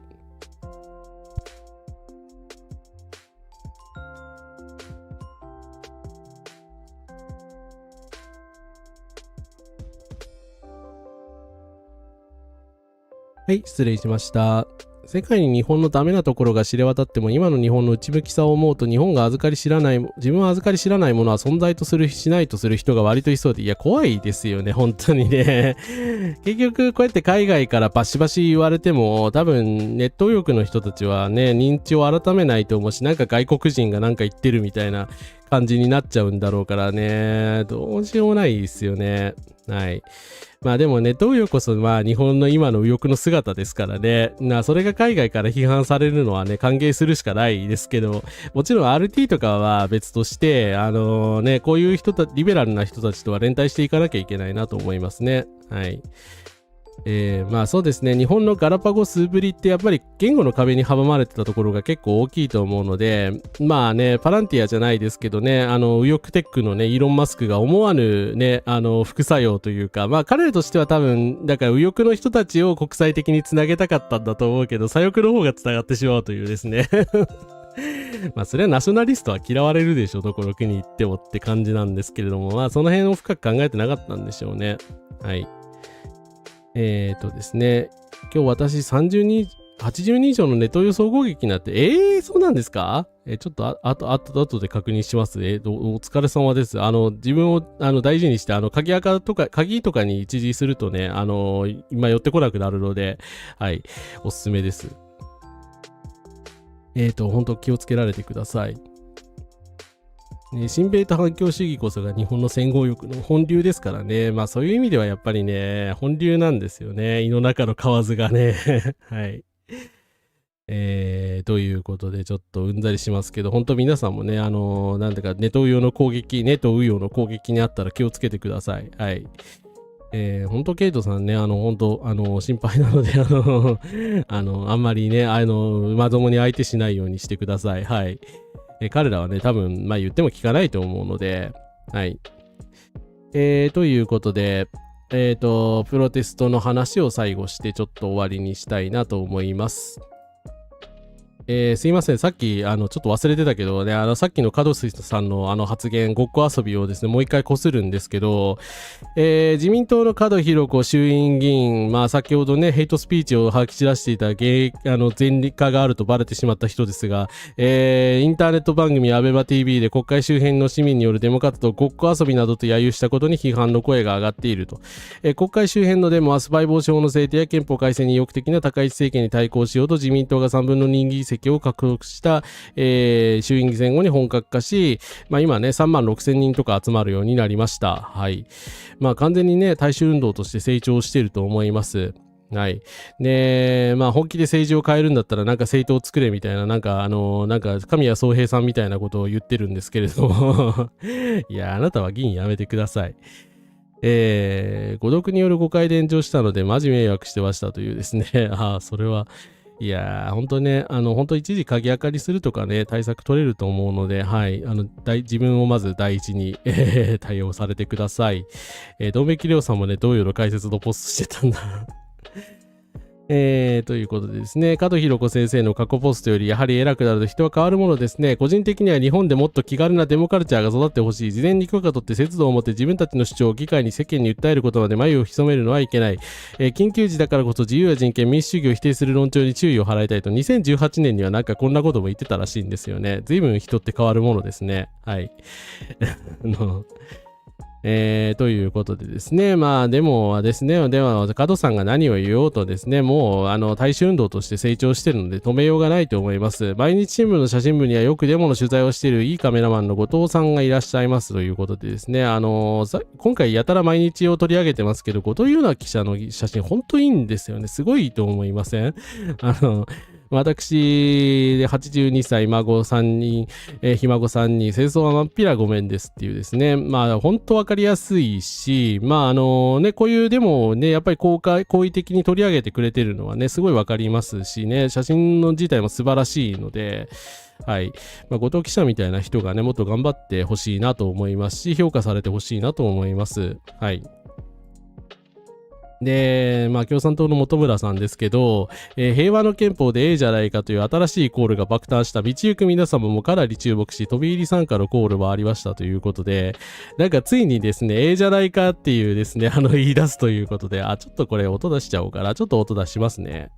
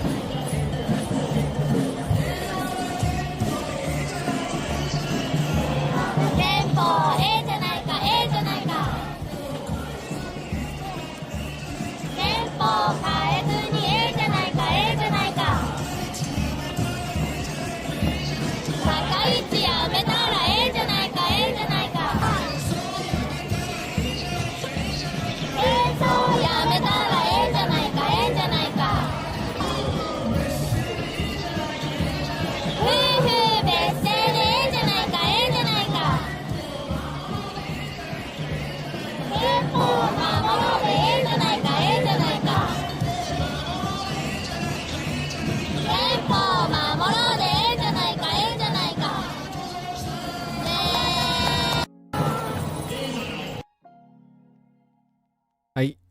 ということで、まあなんかね、江戸幕府が倒れそうな雰囲気が出てますけれども、いや、すごいですね。なんかまあ日本の人たちってやっぱり否定的な言葉を使ったりするとすぐまあデモは怖いみたいなことを言い出すっていうのがまあ定説なわけですけれども、こういう絵じゃないかみたいなことを言われるとは、批判のしようがなくなるっていうね、非常に上手だと思いますよね。はい。だし勢いもあるし、まあ分かりやすいし、まあお祭り感もあって、とてもいいと思います。はい。三河のイントネーションなんですかね。まさかのじゃないかリバイバルというですね、一斉の名物っていう、令和のじゃないか騒動ですね。はい。でももうここまでやっぱ言わなきゃいけないレベルに達してますからね。だって実際ね、医療とかの危機なわけですから、はい。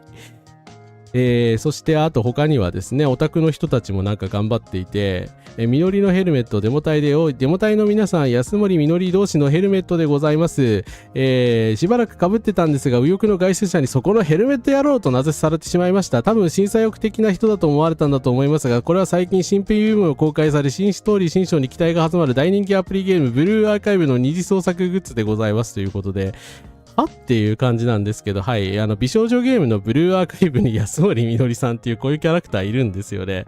前になんか一回取り上げた気がするんだけど、まあこのキャラすごくて、まあ趣味はデモとストライキで、まあ革命をですね、主張してるキャラクターらしいんですね。こんなキャラおるんやっていうですね。まあちょっとブルーアーカイブってまあ見ての通りの絵柄のゲーム、美少女ゲーム、いわゆる美少女ゲームなのでですね、私もちょっと信じられなくて情報を確認したんですけど、本当なんですよね。で、別に霊障とか嘲笑系の感じでもなくて、本当にこういうキャラクターとしては受け入れられているらしいので、はい。すごいなっていうかなんでこれを日本のゲームできないのかなっていうちょっとね悲しみはありますけれども、まあ韓国のゲームですかね。はい。ですね、デモとストライキっていうですね、いやすごいんですよ。レッドウィンター連邦学園っていうところに勤めてて、まあだからちょっと茶化した感じはあるんですけれども、まあなんだろう、別にキャラクターとして否定されてるわけでは、冷笑されてるわけでは全くなくて、権力者の批判をまあ目的としていて、まあいいやつではあるんだけど、まあそういう人であるという嫌いなものはブルジョワと資本主義、バレンタインデーは好きではないがチョコを送るという行為そのものに関してはやぶさかではないみたいなそこだけ美少女ゲームっぽいんだっていう感じですけどね。はい。こういう動画のポストのおかげで海外からのネット応用と悪性のマイナスとトントンなのかな。いや、どうなんでしょうね。どっちが伝わってるのかなという感じではありますけれども、でも日本の人たちはまあ、なんか随分極端なんだなという印象になってるかなという気はしますね。実際はノンポリの人が多いんだけどね。はい。日本の審査役風味なのは面白い。このキャラじゃないかですね。日本も確か社会運動に関心の高いキャラクターがいるゲームやアニメはあったと思うのですが、革命の彼女も出てこなかったらしいですね。満点以外取ったことがないそう。設定がなんかいちいち面白いんですよね。だからまあ確かにちょっと茶化しというかね、が入ってると、共産党主義に対する茶化しが入ってるとは思うんですけれども、まあこういうゲームはね、資本主義の権下であるそういうなんか美女ゲーで出すこと自体が偉いのでそこはまああまりね、霊障嘲笑でない限りはですね、肯定したいと思います。はい。だしね、ヘルメット作ってくる人もすごいですよね。で、審査欲と間違えられて怒鳴られてるって気合が入りすぎでしょ。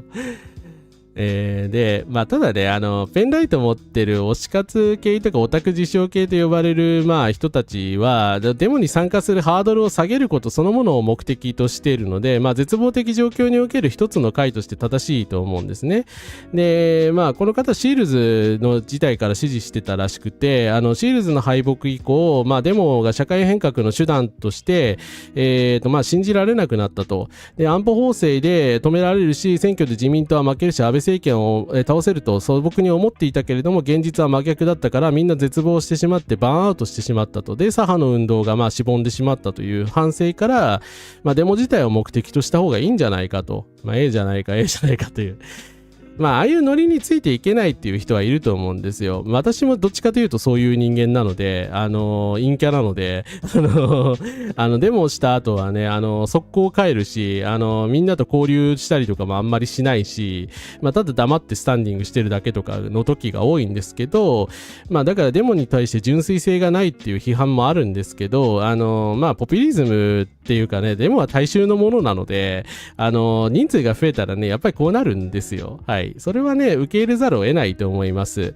し、もっとソリッドな活動がしたいっていう人は、例えば入管法反対運動とか、パレスチナ連帯とかはね、もう人数マジで足りてないんで、カウンターもそうですけど、そちらをやればいいんじゃないかと。まあ、それぞれのね、立場で戦えばいいんじゃないかなと思います。はい。ブルーアーカイブやってないですが、以前直球テック右翼批判の漫画が話題になって、あ、そうですね。それもブルーアカでしたね。はい。だからで、テック右翼とか批判したりしてるんですよ。すごいですよね。ブルーアカ支持者の人たち結構、意識が高い。そうですね。共産主義的な文脈は当然あると思います。はい。ただね、まあ、それもね、別に、露骨にバカにしてるわけではないからね。はい。デモではただ立っていたいし、たまに叫びたいぐらいですね。活動がしぼんだ後にやっぱりデモではダメだったという報道が定着するのは非常にまずいです。ああ、そうですね。だからそういう、マスコミが結局敵に回る場面が多いし、まあシールズとかね、もろに朝日新聞とか敵対してたので、本当に反省してほしいと思うんですけど、だからね、デモをできるだけしぼませないことをやっぱり活動の目的として考えちゃってもいいんじゃないかなという感じはしますよね。はい。で、そしてこれを紹介したいんですが、今日目に留まった素敵なクリエイティビティ2つ、有刺鉄線が正常期のように配置したフラッグと、中央が円形にくり抜かれたフラッグという。こっちもすごいんだけど、これすごいですね。傑作だと思います。まあ、クソデカフラッグ部さんっていうところの方が、ちょっと作られたそうなんですけど、これ日本の空虚なる中心ですよね。すごい。いや、ちょっと声出たレベルで感動してしまいました。はい。いや、傑作だと思います。はい。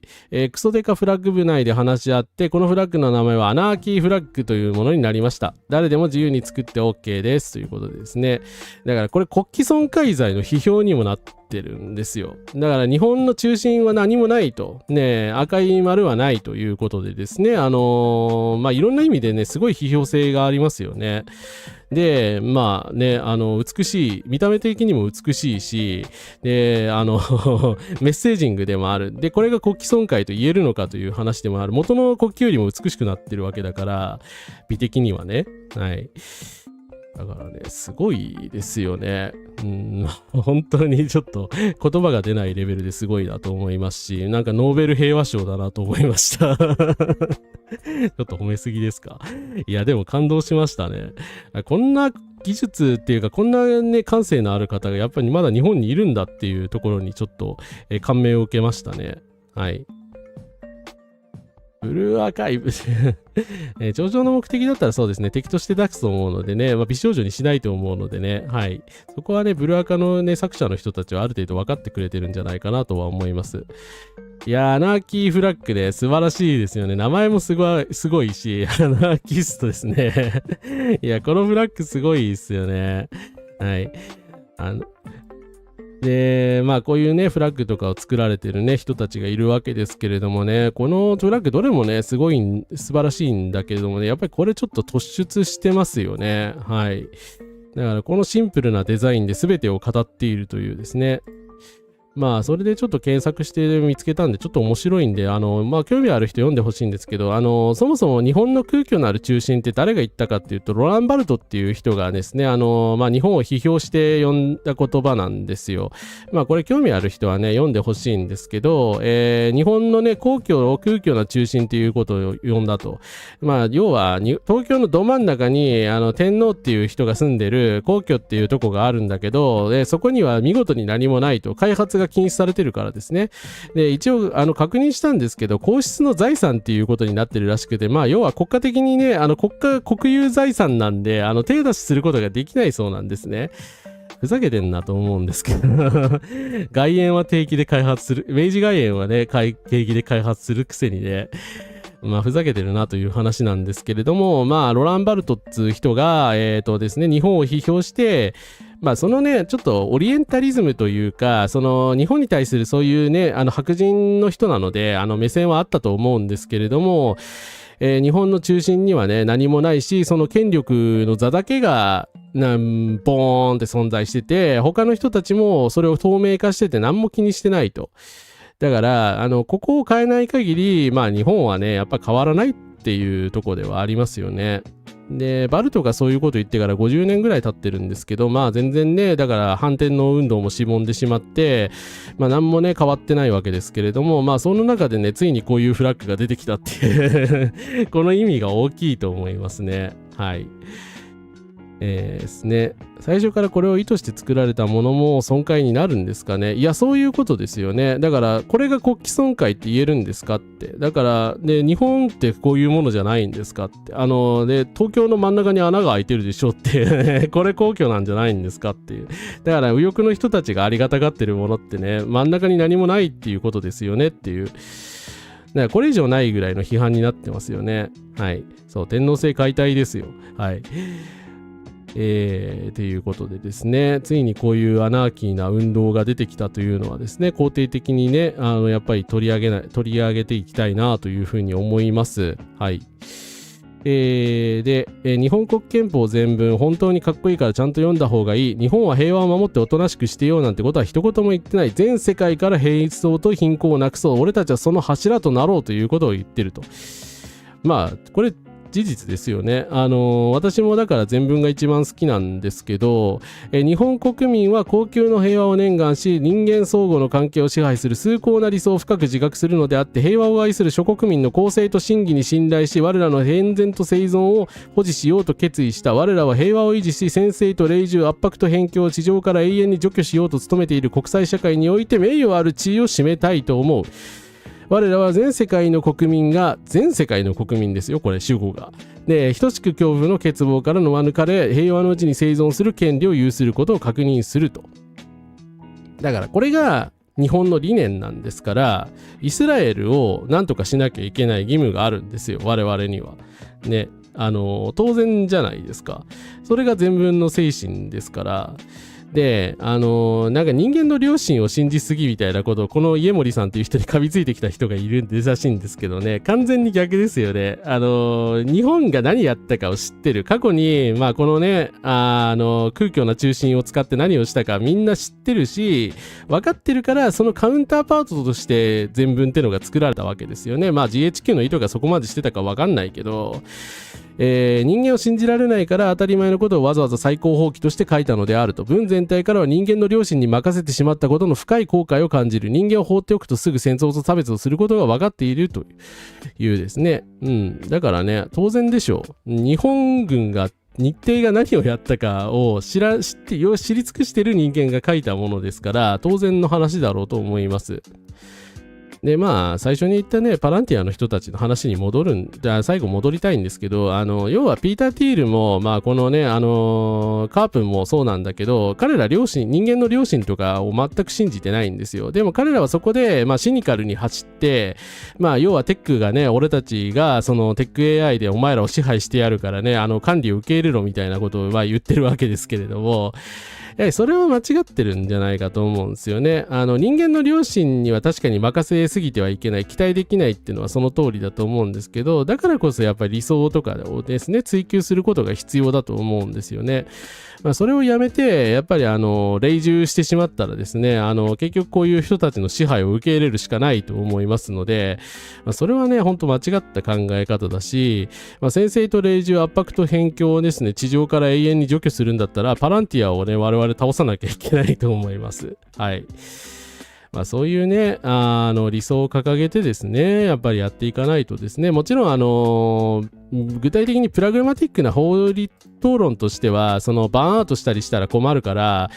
こういうポップな感じでね、誰でも楽しく参加できるっていうことは重要だと思うんですけど、やっぱりね、その真にはね、理想主義があるべきじゃないかなというふうに思います。はい。ということでですね、〇〇草案天皇をいただく、はてなって。ただ、日本国憲法でさえね、結局、天皇制を結局排除できなかったので、そこはね、批判すべきところなんですよね。だから、日本国憲法にも改善する余地はたくさんあるんですよ。あるんだけど、なんか全文変えろとか言ってる人たちがいるから、わけわからんなっていう。理想を捨てると言ってるに等しいわけですよね。それでいいのかっていう話じゃないかなと思います。そう、日程の悪行をスルーしちゃダメなんですよ。絶対ダメじゃないですか。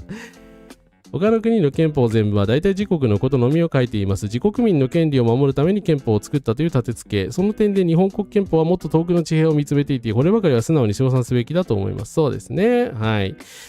だからなぜ、こういう理想が必要になったのかっていうところまでやっぱ考えなきゃいけないんだと思いますよ。こういう理想を掲げてなかったら日本はまた何でしでかすかわからんっていうふうに思われてたし、だからね、ネトウヨの人たちはね、未だに大日本帝国からあんまりメンタル変わってないわけじゃないですか。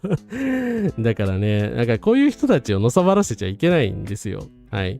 でこういう人たちを抑えて、我々の原理として、理想としてですね、掲げるものの一つとして憲法というものが存在するわけですから、それはみだりに変えてはならないと私は思います。はい。ということでですね、日本の、空虚な中心とプロテストの話でございました。その最初のね、あたりで、言ったパランティアとかね、あと、ナチスとかってトランプ芸術のね、話とかともね、総合的に絡んでくる話だと思うんですけど、やっぱりアートとかね、文化とかって結局一体なので、ちょっとトランプの顔が怖い。だからやっぱりこういうね、堕落した芸術って言ったら、なんか大破芸術みたいに言ってしまうのはちょっとあれですけれどもね、やっぱり堕落したね、アートとかそういうその文化とかをね、享受して、何のあれもなくね、疑問もなく消費してたら、やはり堕落した人間になってしまうし、理想を捨ててね、変なね、俗っぽいところに行ってしまうんじゃないかと思うので、やはりそれはね、良くないと思うんですよね。アートと文化で政治がね、やっぱり一体となって、ですね、理想を追求していくべきじゃないかと思うので、そこはね、やっぱり容易に捨て去ってはいけないんじゃないかなと思います。もちろん理想を掲げればいいってもんじゃないし、ナチスもある意味理想を掲げてたわけではありますけれどもね。はい。人間の漁師たちは信じてないけど自分たちは信じろって矛盾しすぎでしょってね。トランプとかが言ってることもね、なんか矛盾してるんだけど、矛盾してるとこがファシズムの強さっていうか、矛盾してても、いいだろみたいなね、別にみたいなね、どうせ嘘なんだからみたいな、シニカルですよね。シニシズムとか霊障主義が根底にあると思うんで、理想主義にやっぱ反対してるわけですよね、彼らは。それはそれで一つの価値観かもしれないけども、行き過ぎていると、こういうことになるので、ナチスになっちゃうので、それはやめましょうよという話ですよね。はい。そもそもどうして先の大戦で日本が負けたのかばかり考えていそうだし、負けたと認識してないんじゃないだろうか。そもそもなぜ負けたのか分かってないですよね。こんな人たちに負けるわけにはいかないみたいな。だから単にパワーで負けただけだと思ってるんですよ。だから確かにアメリカだってこういう国だし、なんでしょうね。日本より素晴らしい国かというと、その評価によるっていう、彼らだってね、ネイティブアメリカンの人たちを大量虐殺して作った国なわけだから、日本、どっちの歴史がより邪悪かっていう競争になったらね、どっちも帝国だから邪悪でしょうとしか言いようがないんだけど、なんでしょうね。で、そういう問題じゃないわけですよね。そもそも日本の掲げてた理念が間違ってたし、破滅にしか突き進めないものだったわけじゃないですか。だから日本のそういう自国中心主義、空虚な権力の中心がね、全てを支配するのだ、みたいなね、発行一憂だ、みたいなことがね、全部間違ってたわけでしょ。だからね、今のイスラエルもそうですけれども、他国の批判をね、無視して間違った方向に突き進んでしまった歴史の反省が、憲法には書かれてるんですよということを理解することが必要かなと思いますね。そうですね、自国民以外も参画したっていうことでね、本当ね、稀有なね、憲法だと思います。いろんな意味で。レアですよね。だから別にこれを変える必要ないでしょって。押し付け憲法だとか GHQ がどうとかって言うけどね、その割にあなた方アメリカ大好きだろうっていうのをどうなんですかというか、矛盾してると私は思いますし、日本の人たちが信任している憲法であればいいんですよ。はい。反省するところがね、完全に間違ってますからね。だからパワーで負けたからパワーを強くすればいいんだみたいなね、ことを言ってるのは、うちはですね、まあ、憲法全文の理念は理解できんだろうなと思います。はい。ということでですね、すいません。私が遅刻したせいでまたちょっと深夜に及んでしまいまして申し訳ございませんでした。本日の配信も、見ていただいてありがとうございました。高評価、チャンネル登録引き続きよろしくお願いいたします。そしてまあ最初の方にも言ったんですけど、ちょっと今いろいろ苦しいのでですね、ブースでの支援なども引き続き募集しておりますので、よかったら、ご検討のほどよろしくお願いいたします。はい。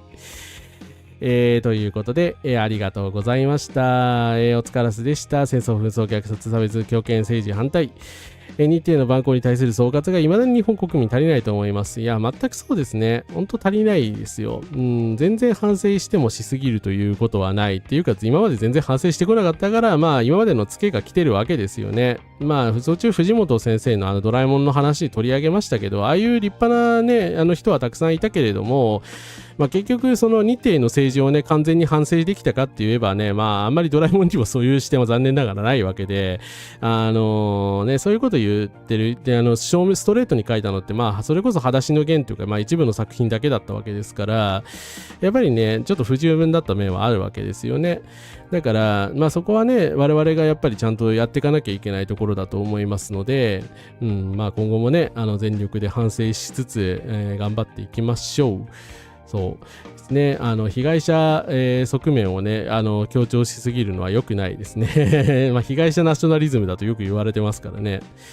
日本国憲法を信じるお前を信じるっていう話であってね、そうなんか力物理以外の発想をね転換してほしいですよ。っていうか最初のまあアンケートでね、だからアメリカの力の支配は正しくないみたいな人たちが 84% もいるのになんでみんなそういう風になってくれないのっていう感じなんですけれどもはい。まあやっぱりね力による支配は脆いのでね、はい、法による支配が必要だと思います。はい。ということでお疲れ様でございました。